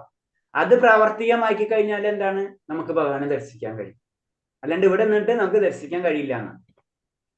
ഈ മന്ത്രത്തിലെ ആത്മഭൂതാഹിത എന്ന് ഭഗവതിയിൽ പരാമർശിക്കപ്പെടുന്ന ബ്രഹ്മഭൂതാഹിത ഒന്ന് തന്നെ പരമാത്മത ആത്മാവ് അഥവാ പരമാത്മാവ് പരമപുരുഷൻ തന്നെയാണ്. അപ്പൊ എന്താണ്, ബ്രഹ്മം ആത്മാവ് ഇതൊക്കെ ഒന്ന് തന്നെയാണ് അല്ലെ. നമ്മ ബ്രഹ്മസാക്ഷാത്കാരം എന്ന് പറഞ്ഞാലും ആത്മസാക്ഷാത്കാരം എന്ന് പറഞ്ഞാലും പരമാത്മാവ് സാക്ഷാത്കാരം എന്നൊക്കെ പറഞ്ഞാലും ജനറൽ ആയിട്ട് പറയുമ്പോൾ ഇതെല്ലാതും ഒന്ന് തന്നെയാണ്. അത് പല സ്റ്റെപ്പുകൾ. ആത്മസാക്ഷാത്കാരം, നമ്മൾ ആത്മാവിനെ കണ്ടുപിടിച്ചു. പരമാത്മാവ് ശേഷം പരമാത്മാവ് രൂപത്തിലുള്ള ഭഗവാനെ ഫസ്റ്റ് സെക്കൻഡ് ലെവല് അതിലേക്ക് എത്തി. അങ്ങനെ ഒരേ ലെവലുകളെന്ന് മാത്രമല്ല, സത്യത്തിൽ ഇതെല്ലാതും ഒന്ന് തന്നെയാണ്. ലാസ്റ്റ് ഭഗവാൻ സാക്ഷാത്കാരമാണ് ഏറ്റവും പരമമായിട്ടുള്ള സത്യം. അതാണ് പറയുന്നത്. ഈ അതീന്ദ്രിയ അവസ്ഥയെ കുറിച്ച് അറിവുള്ളവനായ ഒരു വ്യക്തി തൽക്ഷണം പരമോന്നതയ സത്തയെ ശ്രീകൃഷ്ണനെ ശരണം പ്രാപിക്കുന്നു. അപ്പൊ ആ അതീന്ദ്രിയ അവസ്ഥ ഒരിക്കലും നമ്മളെ ഈ ഭൗതിക ഇന്ദ്രിയങ്ങൾ കൊണ്ട് ആ അവസ്ഥയിൽ എത്താൻ കഴിയില്ല. ആ പരമമായ അവസ്ഥ, ആ അതീന്ദ്രിയ അവസ്ഥയിലേക്ക് കടന്നാൽ മാത്രമേ നമുക്ക് ശ്രീകൃഷ്ണ ഭഗവാനെ ശരണം പ്രാപിക്കാൻ കഴിയുള്ളൂ. ആ ഇന്ദ്രിയ പരിശുദ്ധീകരണമാണ് ശരിക്കും നമ്മളെല്ലാവരും ചെയ്തുകൊണ്ടിരിക്കുന്നത്. എത്ര പരിശുദ്ധീകരിക്കണേ അത്ര ഉന്നതിയിലേക്ക് നമ്മൾ കടന്നു പോയിക്കൊണ്ടിരിക്കും, അല്ലെ? നമ്മൾ സുഹൃത്തികളെ കൂട്ടി പറഞ്ഞു, അറ്റ്ലീസ്റ്റ് സുഹൃതി എന്നുള്ള ഒരു കാറ്റഗറിയിൽ നമ്മൾ വന്നിട്ടുണ്ട്. അങ്ങനെ അതിൽ നിന്ന് ഉയർന്നു ഇപ്പൊ കനിഷ്ക ലെവൽ പഠിച്ചു, നമ്മൾ മധ്യമാധികാരി പഠിച്ചു, ഉത്തമാധികാരികൾ പഠിച്ച്, അതിൽ തന്നെ വേറെ അടുത്തത് പ്രേമഭക്തി, അങ്ങനെ മുക്തി, സിദ്ധി എന്നൊക്കെ പറഞ്ഞ കുറെ ഇതുണ്ട്. ഇതിലേക്ക് ഓരോ ഒന്നിലേക്ക് ഉയർന്ന് നമുക്ക് പോകാൻ പറ്റും. ദേവലോകം അതൊക്കെ ഉണ്ട്, എവിടേക്ക് പോകണം നമുക്ക് കണക്ട് ചെയ്യാം. അപ്പൊ എന്താണ് പറഞ്ഞത്? പറഞ്ഞു വരുന്നത് വെച്ച് കഴിഞ്ഞാൽ പല ഭക്തി എന്ന് പറയുമ്പോ ജനറൽ ആയിട്ടുള്ള കാര്യമാണ്. നമ്മൾ എവിടെ പഠിക്കണം? കോളേജിൽ പഠിക്കണം. എവിടെ പഠിക്കണം? സ്കൂളിൽ പഠിക്കണം എന്ന് പറയാം. പക്ഷെ ഏതാം ക്ലാസ്സിൽ പഠിക്കണം, ഏത് ഡിവിഷനാണ് പഠിക്കുന്നത്, ഏത് സ്കൂളിലാണ്, നല്ല ഹൈ റാങ്കുള്ള സ്കൂളിലാണോ അല്ലെങ്കിൽ കുറവുള്ള സ്കൂളിലാണോ, സർക്കാർ സ്കൂളിലാണോ എന്നത് പറഞ്ഞ പോലെ ഭക്തിയിൽ പല പല തിരിവുകളുണ്ട്. 1ാം ക്ലാസ്സിലാണോ, 2ാം ക്ലാസ്സിലാണോ, 10ാം ക്ലാസ്സിലാണോ, 12ാം ക്ലാസ്സിലാണോ, കോളേജിലാണോ, PGക്കാണോ, ഇത് നമുക്ക് ഈ ഭക്തിയിലും ഇതേപോലെ പല ലെവലുകളുണ്ടെന്ന് നമ്മൾ മനസ്സിലാക്കണം. വ്യക്തിഗത ജീവാത്മാക്കളെ പോലെ തന്നെ പരബ്രഹ്മം ഒരു വ്യക്തിയാണ്. ഭഗവാനായാലും ജീവസത്തയിലും അവ്യക്തിഗതരല്ല. നമ്മളൊരു വ്യക്തി, അല്ലെ? നമ്മ ജീവാത്മാവ്, നമ്മളൊരു വ്യക്തിയാണ്. അതേപോലെ തന്നെ പരമാത്മാവും പരബ്രഹ്മവും ഒരു വ്യക്തിയാണ്. അതാണ് നമ്മൊരു വ്യക്തിത്വം ഉണ്ടെങ്കിൽ ഭഗവാൻ ഒരു വ്യക്തിത്വം. അത് ദ്വൈത സിദ്ധാന്തത്തെ ഉറപ്പിക്കുകയാണ് ഇതിൽ കൂടെ. ഭഗവാനും ഒരു വ്യക്തി തന്നെയാണ് എന്ന് പറയാണ്.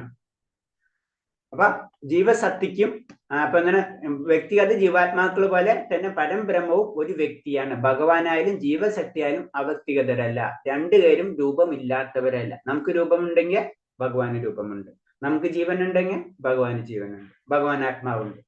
നമുക്ക് ആത്മാവുണ്ടെങ്കിൽ ഭഗവാൻ ആത്മാവുണ്ട്. പക്ഷെ ഭഗവാന്റെ ആത്മാവും ഭഗവാന്റെ ശരീരവും ഒന്ന് തന്നെയാണ്. നമ്മുടെ ശരീരവും നമ്മുടെ ആത്മാവും രണ്ടും രണ്ടാണ്. അത് അത്രേ ഉള്ളൂ വ്യത്യാസം ബേസിക്കായിട്ട്. പിന്നെ നമ്മളെ ഗുണം എന്ന് പറയുമ്പോ നമ്മൾ ഭഗവാന്റെ അംശമാണ്. അംശമാവുമ്പോൾ നമ്മളെ ഗുണം എന്ന് പറയുമ്പോ അത് തന്നെ 80%. ഇപ്പൊ പറയില്ലേ, ആ 80% ഉള്ളു. ഇപ്പൊ നമ്മൾ 100% വേണം, 100%. പക്ഷെ ഭഗവാന്റെ അംശത്തിന് ഇങ്ങോട്ട് എടുത്തു കഴിഞ്ഞാലും നമ്മളെ എടുത്തെത്തുമ്പോ നമ്മളത് 80% അത് പരിശുദ്ധിയിലേക്ക് മാറിയിട്ടുണ്ടാവും. 20% ഔട്ടായിട്ടുണ്ടാവും. ആ 80% തന്നെ എത്തൂല നമ്മൾ പരിപൂർണ്ണ. ഈ 80% തന്നെ ബ്രഹ്മാവ്, ശിവൻ ഒരു കാറ്റഗറി ഉണ്ട്. 74% ആണ് ബ്രഹ്മാവിന്റെ പരിശുദ്ധി. 84% ആണ്, 80% വരെയാണ് പരമശിവന്റെ പരിശുദ്ധി. ദേവന്മാർ 17 താഴും, 40, 50 അങ്ങനെയൊക്കെ വരും. നമ്മൾ 17 താഴും, 30, 20 അങ്ങനെ താഴ്ന്ന് പരിശുദ്ധി താഴ്ന്നുകൊണ്ടിരിക്കുകയാണ്. അതാണ് ചൈതന്യം. അപ്പൊ ഈ ചൈതന്യത്തെ നമ്മൾ കൂട്ടിക്കൊണ്ടിരിക്കുകയാണ്. ആ പ്യൂരിറ്റി കൂട്ടി നമ്മൾ 70%, 80% ദേവന്മാര് ഗുണം അങ്ങനെയൊക്കെ നമ്മളേക്ക് മാറ്റം വരുത്താം എന്ന് പറയുന്നത്. ഹരേ കൃഷ്ണ. അപ്പൊ ഈ മന്ത്രം കഴിയാണ്. അപ്പൊ ഇതില് മെയിനായിട്ട് പറയണത് ഇത്രേ ഉള്ളൂ. കാരണം എന്താ, ഒരു ഭക്തൻ എന്താണ്, എല്ലാ വസ്തുക്കളിലും എല്ലാ ജീവനിലും ഭഗവാന്റെ അംശത്തെ കാണാൻ കഴിയും എന്നാ പറയുന്നത്. ഒന്നാമത്തത്, അങ്ങനെ കാണാൻ കഴിയുന്നവനാണ് ശരിക്കും ഒരു ഭക്തൻ. അങ്ങനെ വന്നു കഴിഞ്ഞാൽ ആ ഭക്തന് മായയെന്നോ ഭയമോ ഇതൊന്നും ഉണ്ടാവില്ല. ഭൗതിക പ്രകൃതിയുള്ള ബന്ധം തന്നെ വിട്ടുപോയിട്ടുണ്ടാവും. അതാണ് ഒരു ഭക്തൻ. അപ്പൊ ഇതിൽ തന്നെ പറഞ്ഞ ഇങ്ങനെ കാണാൻ കഴിയുന്നവർ, അത് നമ്മൾ ഇന്നലെ പറഞ്ഞില്ലേ, എല്ലാ ജീവജാലങ്ങളിലും ഭഗവാൻ ഉണ്ടെന്നൊക്കെ പറഞ്ഞാൽ നമുക്ക് കാണാൻ കഴിയില്ല. നമ്മൾ കനിഷ്ക ലെവലാണ്, അല്ലെ? അത് കാണാൻ കഴിയുന്നവരാണ് മധ്യമാധികാരിയും ഉത്തമാധികാരികൾക്ക് അത് മനസ്സിലാക്കാൻ കഴിയും എന്നാ പറയുന്നത്.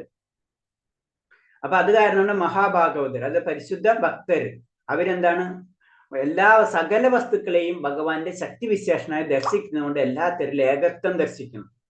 ഈ ഏകത്വം എന്ന് പറഞ്ഞത് ഭഗവാന്റെ ചൈതന്യമാണ് എല്ലാത്തിലും. അപ്പൊ ഭഗവാൻ തന്നെയാണ് എല്ലാതും. അങ്ങനെയാണ് അത് കണക്കാക്കുന്നത്. അപ്പൊ അവിടെയാണ് ദ്വൈത സിദ്ധാന്തം വരുന്നത്. അഹം ബ്രഹ്മാസ്മി, തത്വമസി, ഇതൊക്കെ അതിന്ന് വരുന്നതാണ്. കാരണം എല്ലാതും ഭഗവാനാണ്. ശരിയാണ്. അതിന് അചിന്ത്യ ഭേദ തത്വം. 2 ഭിന്നമാണോ ഭിന്നമാണ്, അഭിന്നമാണ് അഭിന്നമാണ്. ഇത് രണ്ടും കൂടെ മിസ്സായിട്ടുള്ള കാര്യമാണ് അത് വരുന്നത്. കാരണം 80% കഥ നമ്മൾ പറഞ്ഞു. പിന്നെ ഒരു തുള്ളി, അതിനെ കമ്പയർ ചെയ്യണ ഒരു തുള്ളി വെള്ളം അല്ലെ, കടയിലത്തെ ഒരു തുള്ളിനെ, കടലും ഒരു തുള്ളി വെള്ളം പോലെയാണ് നമ്മുടെ അവസ്ഥ. പിന്നെ അടുത്ത പറഞ്ഞിട്ട് എന്ന് വെച്ച് കഴിഞ്ഞാല് എന്താ പറഞ്ഞ, തടസ്സശക്തി. നമ്മുടെ ജീവാത്മാവ് എന്ന് പറഞ്ഞാൽ നമ്മുടെ ആത്മാവ് എന്ന് പറഞ്ഞാൽ ഭഗവാന്റെ 3 ശക്തിയിലെ ഒരു ശക്തിയായ തടസ്സശക്തിയാണ് നമ്മളിലുള്ള ജീവാത്മാവ്. പിന്നെ എല്ലാവരും അന്വേഷിക്കുന്നത് എന്താണ്? നിരന്തരം ആനന്ദമാണ് നമ്മൾ അന്വേഷിക്കുന്നത്. അതാണ് പ്രത്യേകത. അപ്പൊ നമ്മൾ ആനന്ദം കിട്ടാത്തത് കൊണ്ടാണ് നമ്മൾ ഈ ഭൗതിക പ്രകൃതിയിലെ ഏറ്റുമുട്ടലുകൾ ഉണ്ടാവുന്ന പറയുന്നത്. അത് കിട്ടാത്ത ശരിയായ രീതിയിലുള്ള ആനന്ദം ലഭിക്കാത്തിടത്തോളം കാലം നമുക്ക് ഈ ഭൗതിക ലോകത്തിലെ ഏറ്റുമുട്ടലുകൾ നടന്നുകൊണ്ടേയിരിക്കും. നമ്മൾ എന്താ ചെയ്യേണ്ടതെന്ന് കൂടെ പറഞ്ഞു തരാണ്. നമ്മളെ അതീന്ദ്ര അവസ്ഥയിലേക്ക് കടന്നു കഴിഞ്ഞാൽ ഭഗവാനായിട്ട് എന്ന് പറഞ്ഞാൽ ആ ലീലകൾ ആടാൻ കഴിയും നമുക്ക്. അങ്ങനെ ആ ലീലകളിൽ ആടുമ്പോഴാണ് നമുക്ക് പരമാനന്ദം നമുക്ക് ലഭിക്കുന്നത്. ശരിക്കും അതൊരു ഇൻഡയറക്റ്റ് റിഹേഴ്സലാണ്. നമ്മൾ ക്ഷേത്രങ്ങളിൽ പോയി കഴിഞ്ഞാൽ, പ്രത്യേകിച്ച് ഇസ്കോൺ ക്ഷേത്രത്തിൽ നൃത്തം ചെയ്യും. എല്ലാവരും ഒന്നിച്ച് പാട്ടും പാടി നൃത്തം ചെയ്യും. ശ്രദ്ധിച്ചിട്ടുണ്ടാവും അല്ലെ?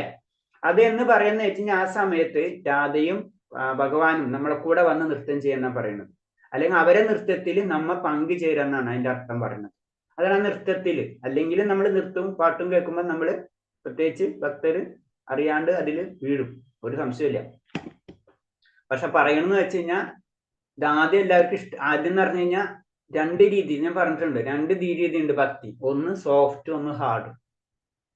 സോഫ്റ്റ് എല്ലാവർക്കും ഇഷ്ടമാണ്. ഹാർഡ് വരുമ്പോഴാണ്, ഇപ്പൊ എക്സാമ്പിൾ ഇപ്പൊ നമ്മൾ പറഞ്ഞു എല്ലാവരും ഫോൺ വിളിക്കുന്നൊക്കെ പറയുമ്പോ നമ്മൾ പതുക്കെ അല്ലേ, അത് കുഴപ്പമില്ല. നമ്മളെ ഇങ്ങനെ ആയ പല പരീക്ഷണങ്ങളും നമ്മളിൽ വന്നുകൊണ്ടിരിക്കും.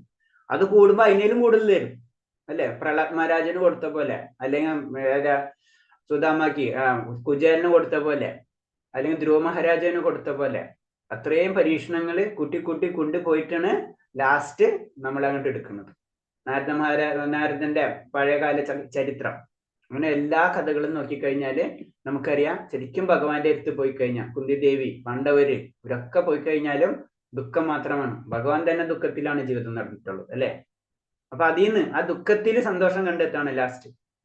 അപ്പൊ അതാണ് ആ പോയിന്റ്സുകൾ പറയുന്നത്. ആത്മഭൂതഹിത, ഭഗവത്ഗീതയിൽ പരാമർശിക്കപ്പെടുന്ന ബ്രഹ്മഭൂതഹിതവും ഇത് തന്നെയാണ്. അപ്പൊ എന്താണ്? ബ്രഹ്മം അല്ലെങ്കിൽ ആത്മാവ്, പരബ്രഹ്മാവ്, ഇതൊക്കെ സത്യത്തിൽ ഒന്ന് തന്നെയാണ് എന്നാ പറഞ്ഞു തരുന്നത്. ഈ അതീന്ദ്രാവസ്ഥയെ കുറിച്ച് അറിവുള്ളവനെ ഒരു വ്യക്തി അപ്പൊ അത് മനസ്സിലാക്കുന്ന വ്യക്തി തൽക്ഷണം എന്താണ്? ഭഗവാനിൽ ശരണം പ്രാപിച്ചിരിക്കും എന്ന് പറയണം. ഹരേ കൃഷ്ണ. അങ്ങനെ ക്വസ്റ്റ്യൻ ആൻസർ കൊണ്ട് നമുക്ക് നോക്കാം.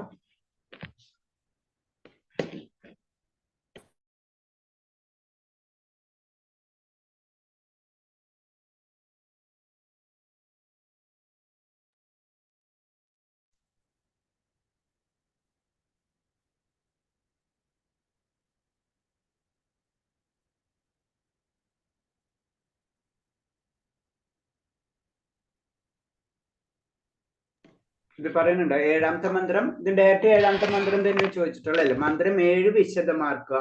ആർക്കെല്ലാമാണ് ഒരു ജീവന്റെ ആധ്യാത്മിക അവസ്ഥയെ ദർശിക്കാൻ കഴിയുന്നത് പറയുന്നതാണെല്ലാം പറയാൻ പറ്റുമോ? മധ്യമാധികാരിയും ഉത്തമാധികാരിയും ഒഴികെ മറ്റാർക്കും തന്നെ ഒഴികെ മറ്റാർക്കും തന്നെ ഒരു ജീവന്റെ ആധ്യാത്മികാവസ്ഥയെ ദർശിക്കാൻ കഴിയുകയില്ല. ഓക്കെ. മന്ത്രം 7 പിന്നെ ഡയറക്റ്റ് നമ്മൾ ആ മന്ത്രം തന്നെയാണ്, നമുക്കറിയാം. പിന്നെ എന്താണ് പറഞ്ഞത്?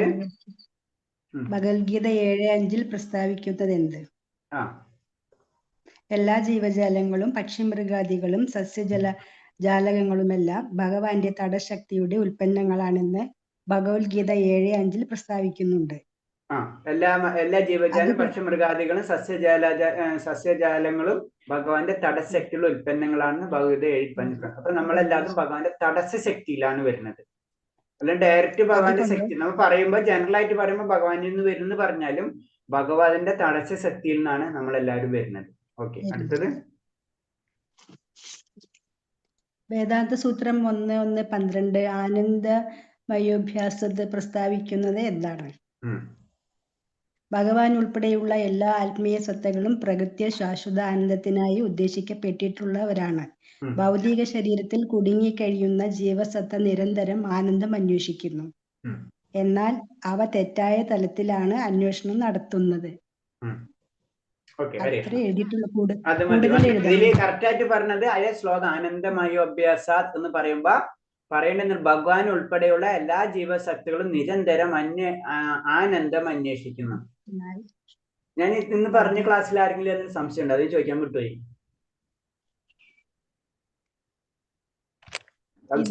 ഈ ക്വസ്റ്റ്യൻ ആൻസർ ഇത്രേ വേണ്ടത് എന്നറിയില്ലായിരുന്നു.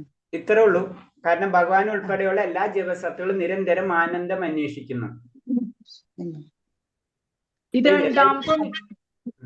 രണ്ടാമത്തെ ചോദ്യത്തിന്റെ ഉത്തരം ഒന്ന് പറഞ്ഞു തരാൻ പറ്റുമോ? രണ്ടാമത്തെ ചോദ്യം എന്താ പറഞ്ഞത്? മധ്യമാധികാരിയും ഉത്തമാധികാരിയും ഒഴികെ മറ്റാർക്കും തന്നെ ഒരു ജീവന്റെ ആധ്യാത്മികാവസ്ഥയെ ദർശിക്കാൻ കഴിയുകയില്ല. ഓക്കെ, തിരിച്ചു പറഞ്ഞാൽ ഉത്തമാധികാരിക്കും മധ്യമാധികാരിക്കോ കാര്യങ്ങൾ മനസ്സിലാക്കാനുള്ള കഴിവുണ്ടാവുള്ളൂ. ഓക്കെ, വേറെ ഇന്ന് മന്ത്രത്തിൽ പറഞ്ഞ ഈ മന്ത്രത്തിൽ വേറെ എന്തെങ്കിലും സംശയങ്ങൾ തോന്നിയിട്ടുണ്ടോ?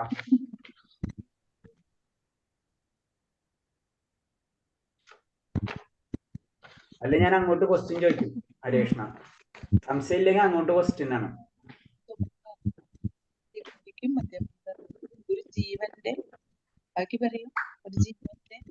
ഒരു ജീവന്റെ ആധ്യാത്മികാവസ്ഥയെ ദർശിക്കാൻ കഴിയുകയില്ല. അതായത് ഒരു ഭക്തന്റെ ആധ്യാത്മിക അവസ്ഥ മനസ്സിലാക്കാൻ കഴിയുന്നവര് ഉത്തമാധികാരി മധ്യമാധികാരി ആയിരിക്കും. മറ്റുള്ളവർക്ക് മനസ്സിലാക്കാൻ കഴിയില്ല. നമ്മളെ പോലുള്ള കനിഷ്ഠാധികാരികൾക്ക് നമുക്ക് ഭക്തൻ ആര്, നിരീശ്വരവാദി ആര്, ഇതൊന്നും നമുക്ക് മനസ്സിലാക്കാൻ കഴിയില്ല അല്ലെ, ജനറൽ ആയിട്ട് പറഞ്ഞു കഴിഞ്ഞാല്. അപ്പൊ അതിന് പറഞ്ഞത് അതായത് ഉത്തമാധികാരികൾക്കും മധ്യമാധികാരികൾക്കും അത് സാധ്യമാവൂ എന്ന് പറയാം. ഓക്കെ, ഇതില് സംശയങ്ങളുണ്ടോ? വേറെ എന്തെങ്കിലും? ഇല്ല. ശരി. അപ്പൊ ഈ ആനന്ദമയോ അഭ്യാസാത് ഇതല്ലേ നമ്മൾ മൂന്നാമത്തെ ചോദ്യം, നാലാമത്തെ ചോദ്യം അതല്ലേ? എന്ന വേദാന്ത സൂത്രം പ്രസ്താവിക്കുന്നു. അല്ല, അതിന് കറക്റ്റ് ആയിട്ട് വായിച്ചോക്കാം. ഭഗവാൻ ഉൾപ്പെടെയുള്ള എല്ലാ ജീവസത്തുക്കളും നിരന്തരം ആനന്ദം അന്വേഷിക്കുന്നു. അത്ര മതി. ഭഗവാൻ എന്തിനാ പ്രഭുജി ആനന്ദം? ഇപ്പാണ് ക്വസ്റ്റ്യൻ വന്നത്. ഹരേ കൃഷ്ണ, ഈ ക്വസ്റ്റ്യൻ ആണ് ഞാൻ ചോദിച്ചത്. ഭഗവാൻ എന്തിനാ അന്വേഷിക്കുന്നത്? ഭഗവാൻ എന്തിനാണ് അന്വേഷിക്കുന്നത് അല്ലേ? അതിന്റെ ഉത്തരം എന്തായിരിക്കും? ഭഗവാൻ നമ്മളെ പോലെയാണോ? ഭക്തൻ സന്തോഷിക്കുന്നതായിരിക്കും ഭഗവാന്റെ ആനന്ദം അല്ലേ ഗുരുജി? അതൊക്കെ ശരിയാണ്. ഭഗവാനും ആനന്ദം അന്വേഷിച്ചു കൊണ്ടിരിക്കുകയാണ്. ശരിക്കും പറഞ്ഞു കഴിഞ്ഞാൽ ഭഗവാൻ എന്തിനും പല പല ലീലകളാടണം. ഒരു ലീല കൊണ്ട് ചെയ്താൽ പോരെ അല്ലേ? ഭഗവാൻ പല ലീലകൾ. നമ്മളതിന് സിമ്പിൾ ആയിട്ട് പറഞ്ഞു കഴിഞ്ഞാല് നമുക്ക് എന്നും സാമ്പാറും ചോറും തരുന്നു നിൽക്കാം. എന്താ, വളരെ സന്തോഷമാണ്. ആദ്യമൊക്കെ വളരെ സന്തോഷം. പിന്നെ നമ്മൾ വെറൈറ്റി അന്വേഷിക്കും അല്ലേ? ഇത് തന്നെ ഭഗവാൻ ചെയ്യുന്ന പറയുന്നത്. അതാണ് ഭഗവാൻ ഉൾപ്പെടെ ഭഗവാന്റെ ലീലകൾ ഒരു ലീലയല്ല, പല ലീലകൾ കാണാം. ശരിക്കും പറഞ്ഞെന്ന് വെച്ച് കഴിഞ്ഞാൽ അതിന്റെ ഒരു കഥ പറയുന്ന വെച്ച് കഴിഞ്ഞാല് നമ്മൾ പറയില്ലേ, വൈകുണ്ഠ ലോകത്തില് 4 കുമാരന്മാര് ചെല്ലാണ്. അങ്ങനെ കുമാരന്മാര് ചെന്നിട്ട് അവരെ ശ്രദ്ധിക്കാണ്ടാവുമ്പോ ജയവിജയന്മാരെ വധിക്കുകയാണ് ചെയ്യുന്നത് അല്ലെ? വധിക്കല്ല, അവർക്ക് ശാപം കൊടുക്കുകയാണ് ചെയ്യുന്നത് അല്ലെ? ശരിക്കും പറഞ്ഞു കഴിഞ്ഞാല് നമ്മൾ ജനറലായിട്ട് ഇതൊക്കെ ഭഗവാന്റെ കാര്യങ്ങളാണ് അല്ലെ? ഇതെല്ലാതും ഭഗവാനും ചെയ്യുന്നതാണ്. അപ്പൊ ഭഗവാൻ അത് ചെയ്യണം എന്ന് പറഞ്ഞു കഴിഞ്ഞാല് വളരെ വേറെ രീതിയിൽ പറഞ്ഞാൽ നമ്മൾ കുറെ നേരം ഇരുന്നിട്ട് ഒന്ന് കൈയും കാലൊക്കെ ഒന്ന് ഉയർത്താൻ നമുക്കൊന്ന് തോന്നല്ലേ? ഒരേ സ്ഥിതിയില നമ്മൾ നിൽക്കാൻ പറ്റില്ല നമുക്ക്. അതാണ് ഭഗവാന്റെ ലീലകൾ. ഭഗവാൻ അത് ചെയ്യിപ്പിക്കലാണ്. എന്തിനാണ്? ആ ചേഞ്ചസ് ആനന്ദത്തില് ഒരേ രീതിയിൽ ഭഗവാൻ ഇഷ്ടമല്ല. ആ ആനന്ദം പല രീതിയിൽ ഭഗവാൻ ആസ്വദിക്കാൻ ഇഷ്ടപ്പെടാണ്. അതാണ് ഭക്തിയുടെ തലത്തിലേക്ക് നമുക്ക് മനസ്സിലാകുമ്പോൾ ഭഗവാനും പല പല ആനന്ദങ്ങൾ ഇഷ്ടമാണ്.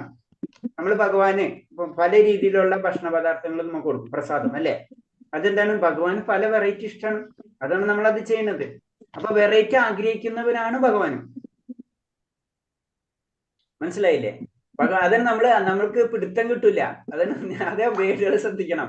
നമ്മൾ സ്ഥിരം ഓക്കെ ഭഗവാൻ ഉൾപ്പെടെ അത്ര നിൽക്കും ഭഗവാനും. അപ്പൊ ഭഗവാന് ആ സമയത്ത് ഭഗവാൻ എന്താണ്? അവരിങ്ങനെ ചെയ്താലോ മൂന്ന് തരത്തിലുള്ള നമുക്കറിയാം, ഹിരണ്യകശിപു, ഹിരണ്യാശൻ, രാവണൻ, അങ്ങനെ പിന്നെ ആരും രാവണന്റെ ആ സമയത്തും കുംഭകർണനല്ലേ, പിന്നെ ആരിന് ശിശുപാലനും വൃദ്ധാസുരനാണ് അല്ലെ, ഇവര് 3 പേരും. ഇത് തന്നെ ഓരോ യുഗങ്ങളിലും ഭഗവാൻ അവതരിച്ച് അവരായിട്ട് തന്നെ യുദ്ധം ചെയ്ത് അത് ആസ്വദിക്കുകയാണ് ചെയ്യുന്നത്. ഓരോ രസങ്ങൾ ആസ്വദിക്കുകയാണ്. 12 രസങ്ങളുണ്ട് ഭഗവാൻ അല്ലെ. അപ്പൊ 12 രസവും ഭഗവാൻ ആസ്വദിക്കും. വീരരസം ഭഗവാൻ ആസ്വദിക്കണം. അതാണ്. അപ്പൊ നമുക്ക് വീരരസം മാത്രം പോരെ, മാധുരരസം മാത്രം പോരെ, അതിൽ നിൽക്കില്ല ഭഗവാൻ. ഭഗവാൻ മാധുരരസം വേണം, വീരരസം വേണം, എല്ലാ രസങ്ങളും ഭഗവാൻ ആസ്വദിക്കുന്നുണ്ട്. അതാണ് ഭഗവാൻ ഉൾപ്പെടെയുള്ള എല്ലാ ജീവസത്തകളും ആനന്ദം അനുഭവിക്കുന്നത്. അതാണ് ഭഗവാന്റെ ഭോക്താവ്, എല്ലാതും ആസ്വദിക്കുന്നവൻ എന്ന് പറഞ്ഞു. നമ്മ ഭഗവാന്റെ ദാസൻ. ഭഗവാൻ എന്താണ് ആസ്വദിക്കുന്നത് അത് നമ്മ ആസ്വദിക്കുകയാണ് ചെയ്യുന്നത്. മനസ്സിലായോ? ഭഗവാൻ എന്താ ആസ്വദിക്കുന്നത്? ഭഗവാൻ വീരരസം ആസ്വദിക്കണമെങ്കിൽ നമ്മൾ വീരരസം ആസ്വദിക്കും. ഭഗവാൻ വേറെ എന്തെങ്കിലും ആസ്വാദനം നമ്മൾ അത് ആസ്വദിക്കും. പക്ഷെ ഭഗവാൻ പലതരം ആസ്വാദനങ്ങൾ ഭഗവാൻ എല്ലാതും ചെയ്യും. അതാണ് ഭഗവാനെ അഖില രസാമൃത മൂർത്തി എന്ന് പറഞ്ഞു. എല്ലാ രസങ്ങളും ആസ്വദിക്കാൻ ഏത് സമയം ഭഗവാൻ.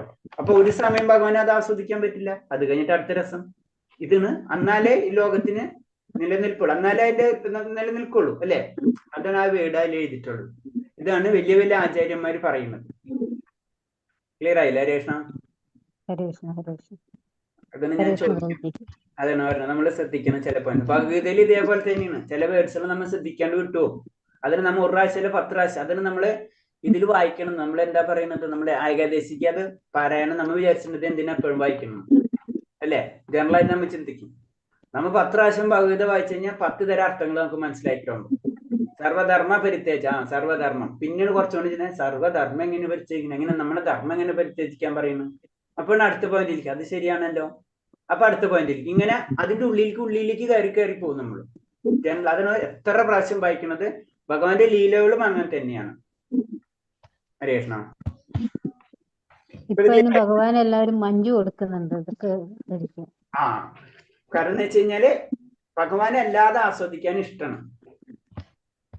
ഗുരുവായൂർ ചെന്ന മഞ്ജു വെച്ചിട്ട് കാണാം. മഞ്ജു വെച്ചു. അത് നമുക്ക് ചെയ്യാം. എന്ത് വേണമെങ്കിലും ഭഗവാൻ ആ ഭക്തിയോടെ ആയിരിക്കും മാത്രമേ ഉള്ളൂ പ്രത്യേകത. പിന്നെ അടുത്ത ശ്ലോകം സ്റ്റാർട്ട് ചെയ്തോട്ടെ. 10 മിനിറ്റ് ഉണ്ട്. 10 മിനിറ്റ് ഉണ്ട്.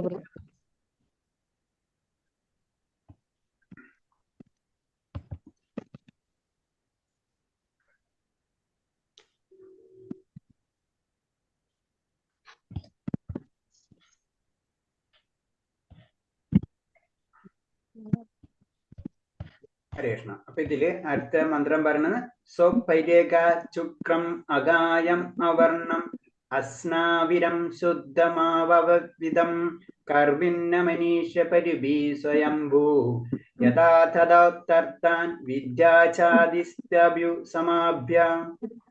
അങ്ങനെയുള്ള ഒരു വ്യക്തി ശരീരമില്ലാത്തവനും സർവജ്ഞനും ദോഷരഹിതനും സിരകളില്ലാത്തവനും പാപരഹിതനും സ്വയം സമ്പൂർണനും തത്വജ്ഞാനിയും അനാദികാലം മുതൽക്ക് തന്നെ എല്ലാവരുടെയും അഭീഷ്ടങ്ങൾ നിറവേറ്റുന്നതുമായ സർവശക്തനും വസ്തുതപരമായി തന്നെ ഗ്രഹിച്ചിരിക്കുന്നു.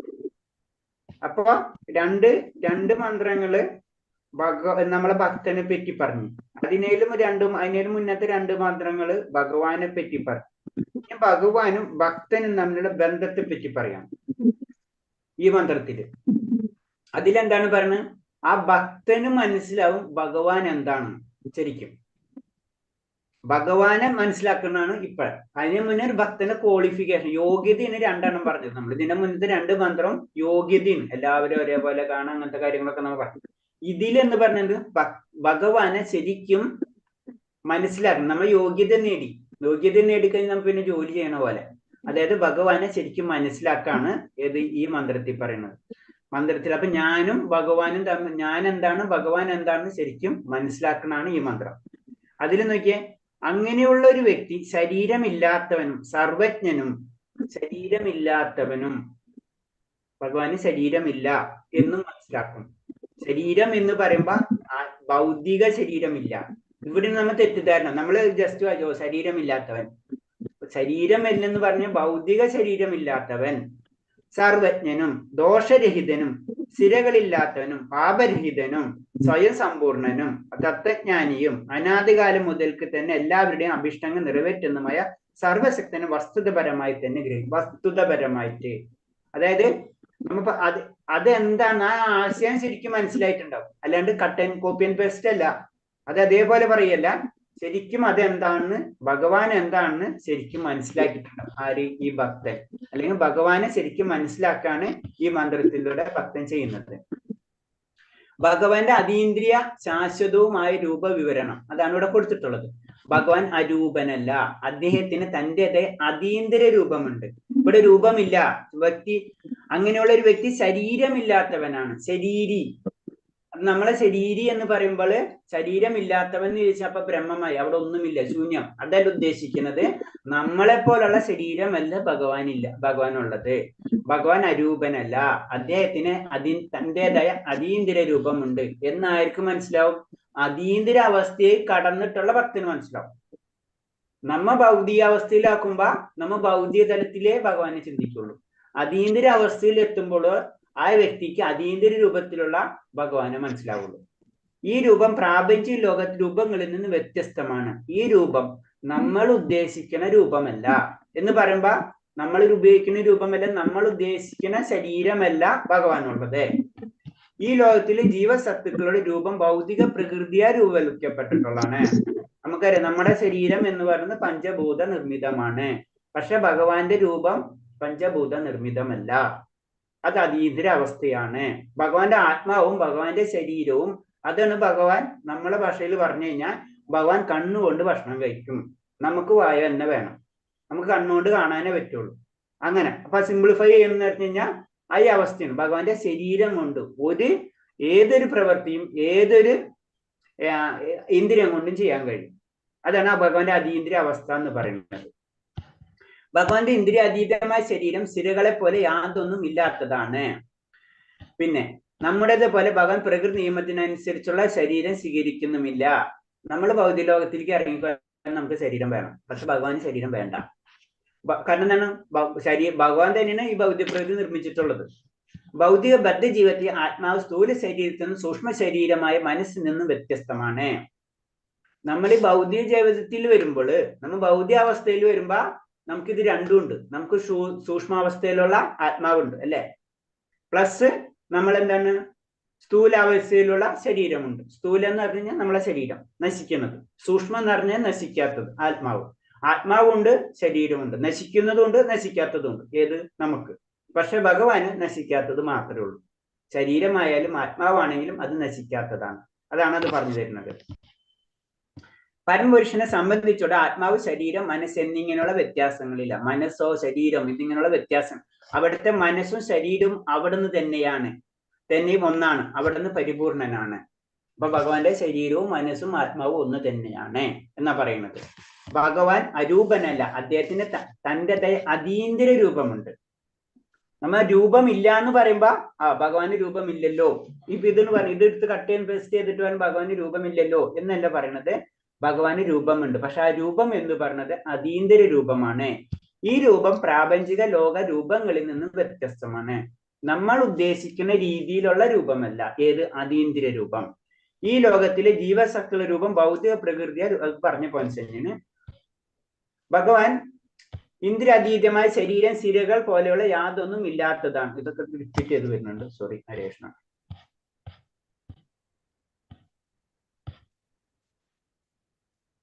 ഓക്കെ,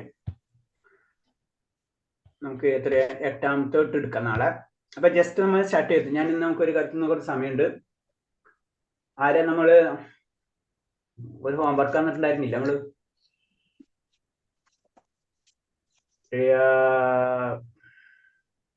കഥ, അതേപോലെ തന്നെ ആരാണ് വീഡിയോ ഒക്കെ ഓഫ് ചെയ്ത് വെച്ചിരിക്കുന്നത് നോക്കട്ടെ. ഹരേഷ്ണ, വീഡിയോ ഓഫ് ചെയ്തിരിക്കുന്നവർക്ക് ഒരു ഓഫർ ഉണ്ട്. ആർക്ക് വേണമെങ്കിൽ കീർത്തനം ചൊല്ലാം, കഥ പറയാം. പിന്നെ നമ്മൾ എന്താണ് പറഞ്ഞിട്ടുള്ളത്? കീർത്തനം, കഥ, പിന്നെ ഒരു പോയിന്റ് പറഞ്ഞില്ലേ? ക്ഷേത്ര മഹാത്മ്യം. തൊട്ടടുത്തുള്ള ക്ഷേത്രങ്ങളിലെ ആരെങ്കിലും മഹാത്മ്യം പറയാൻ പറ്റും. ആരാ പറയുന്നത്? ക്ഷേത്രമാഹാത്മ്യം പറയാം, കീർത്തനം ചൊല്ലാം, പ്ലസ് ഒരു ചെറിയ ഇത് പറയാം.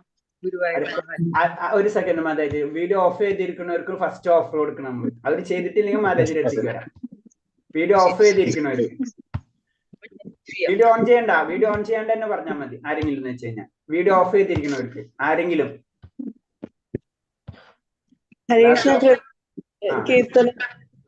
രമ മാതാജി, ഹരേ കൃഷ്ണ. ശരി, ഭോജനമന്ത്രം. എന്താ ഭോജനം കീർത്തനാണോ? കീർത്തനാണോ? വീഡിയോ ഓൺ ചെയ്യാൻ പറ്റുമോ മാതാജിക്ക്? ശരി. ട്യൂണൊന്നും ഇല്ല. ഒന്ന് കീർത്തനം ചൊല്ലുമ്പോഴും ഒന്ന് ചൊല്ലും.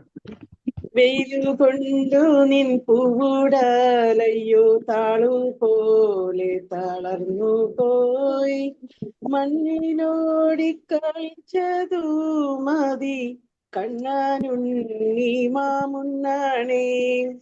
മങ്ങിടുന്നു വീശപ്പാൽ നിൻമുഖം കിങ്ങിണി കിഴിഞ്ഞിടുന്നു, നിന്നമ്മക്കിതു കാണാൻ വയ്യല്ലോ കണ്ണാനുണ്ണി മാമുണ്ണാണേ. വറുത്തുപ്പേരിയും കാളനും ചോറും കട്ടത്തൈരും ചമ്മന്തിയും വെണ്ണാനെയ്യും വിളമ്പിട്ടുണ്ടിതാ കണ്ണാനുണ്ണി മാമുണ്ണാണേ. ഉപ്പുമാമ്പഴം രാമയ്യങ്കറി ഉപ്പിലിട്ടതു പപ്പടം എന്നിതെല്ലാം വിളമ്പിട്ടുണ്ടിതാ കണ്ണാനുണ്ണി മാമുണ്ണാണേ.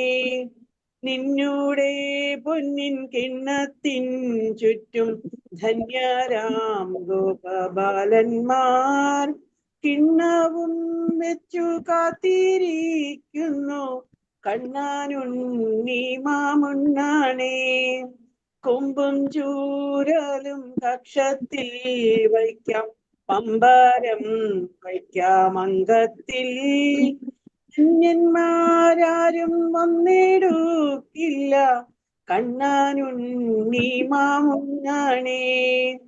കൃഷ്ണയോടെ വരുന്നു ശങ്കരൻ വിഷ്ണു നിർമാല്യമുണ്ണാനും, പുണ്യം നേടാനും കാകവേഷത്തിൽ കണ്ണാനുണ്ണി മാമുണ്ണാണേ.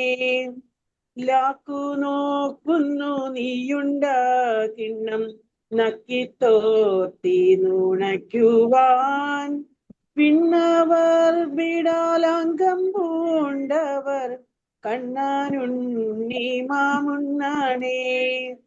വെണ്ണാപാൽ പഞ്ചസാര പായസമെന്നിവ എല്ലാം ധാരാളം ഉണ്ണുകിൽ വെളുത്തിടും നിന്നുടൽ കണ്ണാനുണ്ണി മാമുണ്ണാണേ. കട്ടത്തൈരും പരിപ്പും വെണ്ണയും ചട്ടവും കൂട്ടിയുണ്ണാൽ ചൂർണ കുന്തളം നീളം വയ്ക്കില്ല കണ്ണാനുണ്ണി മാമുണ്ണാണേ. ആരു കൊണ്ടുപോയി? കാക്ക കൊണ്ടുപോയി, പൂച്ച കൊണ്ടുപോയി ചോറെല്ലാം കിണ്ണത്തിലൊന്നുമില്ലാതാവാറായി കണ്ണാനുണ്ണി മാമുണ്ണാണേ. ഗോവിന്ദ ഹരി ഗോവിന്ദ ഹരി ഗോവിന്ദ ഹരി ഗോവിന്ദ ഗോവിന്ദ ഹരി ഗോവിന്ദ ഹരി ഗോവിന്ദ ഹരി ഗോവിന്ദ. ഹരേ കൃഷ്ണ. Thank you Mataji. ഹരേ കൃഷ്ണ. ചെയ്യുന്നുണ്ട്, അപ്പൊ നെറ്റ് ബുദ്ധിമുട്ടാവണത് കൊണ്ടാണ് വീഡിയോ ഓഫ് ചെയ്യുന്നത്. മാതാജി ഞാനത് പറയുന്നു മാത്രമേ ഉള്ളൂ, പലർക്കും പല പ്രോബ്ലംസ് ഉണ്ടാവും, കുഴപ്പമില്ല. ഹരേ കൃഷ്ണ. ഹരേ കൃഷ്ണ. അപ്പൊ പറഞ്ഞു വരുന്നത് വെച്ച് കഴിഞ്ഞാൽ ഇപ്പൊ തന്നെ പറഞ്ഞില്ലേ ഭഗവാൻ വെറൈറ്റി ആഗ്രഹിക്കുന്നത്. പിന്നെ ഒരാളും കൂടെ ജയലക്ഷ്മി മാതാജി അല്ലേ പറഞ്ഞത്? ഞാൻ ചെറിയൊരു ചെറുതായിട്ട് പറയാം. കഥയാണോ? ചെറുതായിട്ടൊരു ഗുരുവായൂരിന്റെ ഒരു ചൊല്ലിക്കോളൂ. ഹരേ കൃഷ്ണ. എന്തായാലും ഒരു 5 മിനിറ്റും കൂടെ കേട്ടോ. ഹരേ കൃഷ്ണ. ലീവ് ചെയ്യാൻ പറ്റുന്ന ലീവ് ചെയ്യാനുണ്ട്, ലീവ് ചെയ്തോളൂ കേട്ടോ. വേറെ എന്തെങ്കിലും എമർജൻസി ഉണ്ടെങ്കിൽ. ഓക്കെ. ഹരേ കൃഷ്ണ. ഗുരുവും വായും ഗുരുവായൂർ പ്രതിഷ്ഠ നടത്തിയത് എന്ന് പറയുന്നുണ്ട്. അത് ദേവര് പൂജിച്ചിരുന്ന ചതുർബാഹുവാണ് ഗുരുവായൂരിലേക്ക് പ്രതിഷ്ഠ ചെയ്തത്, ഗുരുവായൂരിലേക്ക് കൊണ്ടുവന്ന് പ്രതിഷ്ഠ ചെയ്തത്.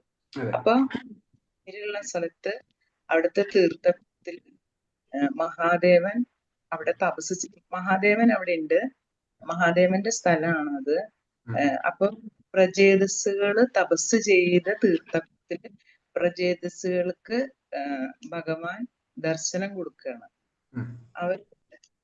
അവര് 10,000 വർഷങ്ങള് തപസ് ചെയ്തിട്ട് ഭഗവാനെ പ്രത്യക്ഷപ്പെടുത്തി. അപ്പൊ മഹാദേവൻ അവർക്ക് അനുഗ്രഹമൊക്കെ കൊടുത്ത് പറഞ്ഞയച്ചു. അതിനുശേഷം ആണ് മഹാദേവൻ ഈ ചതുർബാഹു വിഗ്രഹം അവിടെ എവിടെയാണ് സ്ഥാപിക്കേണ്ടത് എന്നുള്ളത് ആലോചിക്കുമ്പം ഭഗവാൻ മമ്മിയൂർക്ക് മാറിയിട്ട് ഈ സ്ഥലത്ത് ഗുരുവായൂരപ്പനെ പ്രതിഷ്ഠിക്കാൻ മഹാദേവനാണ് പറയുന്നത്. അതുകൊണ്ടാണ് അവിടെ ഗുരുവായൂരപ്പനും അപ്പുറത്ത് മമ്മിയൂരപ്പനും ആയത്. അങ്ങനെ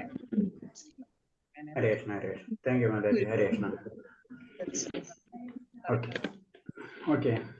അപ്പൊ നമുക്ക് നാളേക്ക് ഇതുപോലെ തന്നെ വീഡിയോ ഓഫ് ചെയ്തവർക്ക് ഒരു ഓഫർ ഉണ്ട്.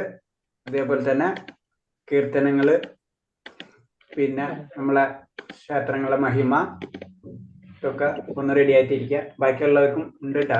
ഞാൻ ആദ്യം തന്നെ ഓഫ് ചെയ്തവർക്കും കൂടുതൽ ഓഫർ കൊടുക്കണത്. അപ്പൊ നമുക്ക് നിർത്താൻ പറ്റും. നാളെ നമുക്ക് ക്ലാസ്സിൽ കറിഞ്ഞ് ഹരേ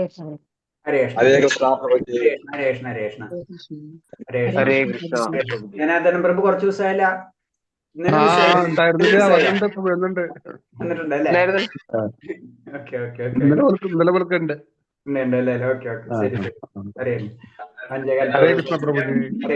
എല്ലാവർക്കും പ്രണാമം. വഞ്ചകൽപരൂപച്ച് കൃപാസിന്ധ്യാപച്ച് പതിനാം ഭാവിനേപി വൈഷ്ണവേപി നമനം അനന്തകോടി വൈഷ്ണവർക്ക് എല്ലാവർക്കും പ്രണാമം. ഹരേ കൃഷ്ണ.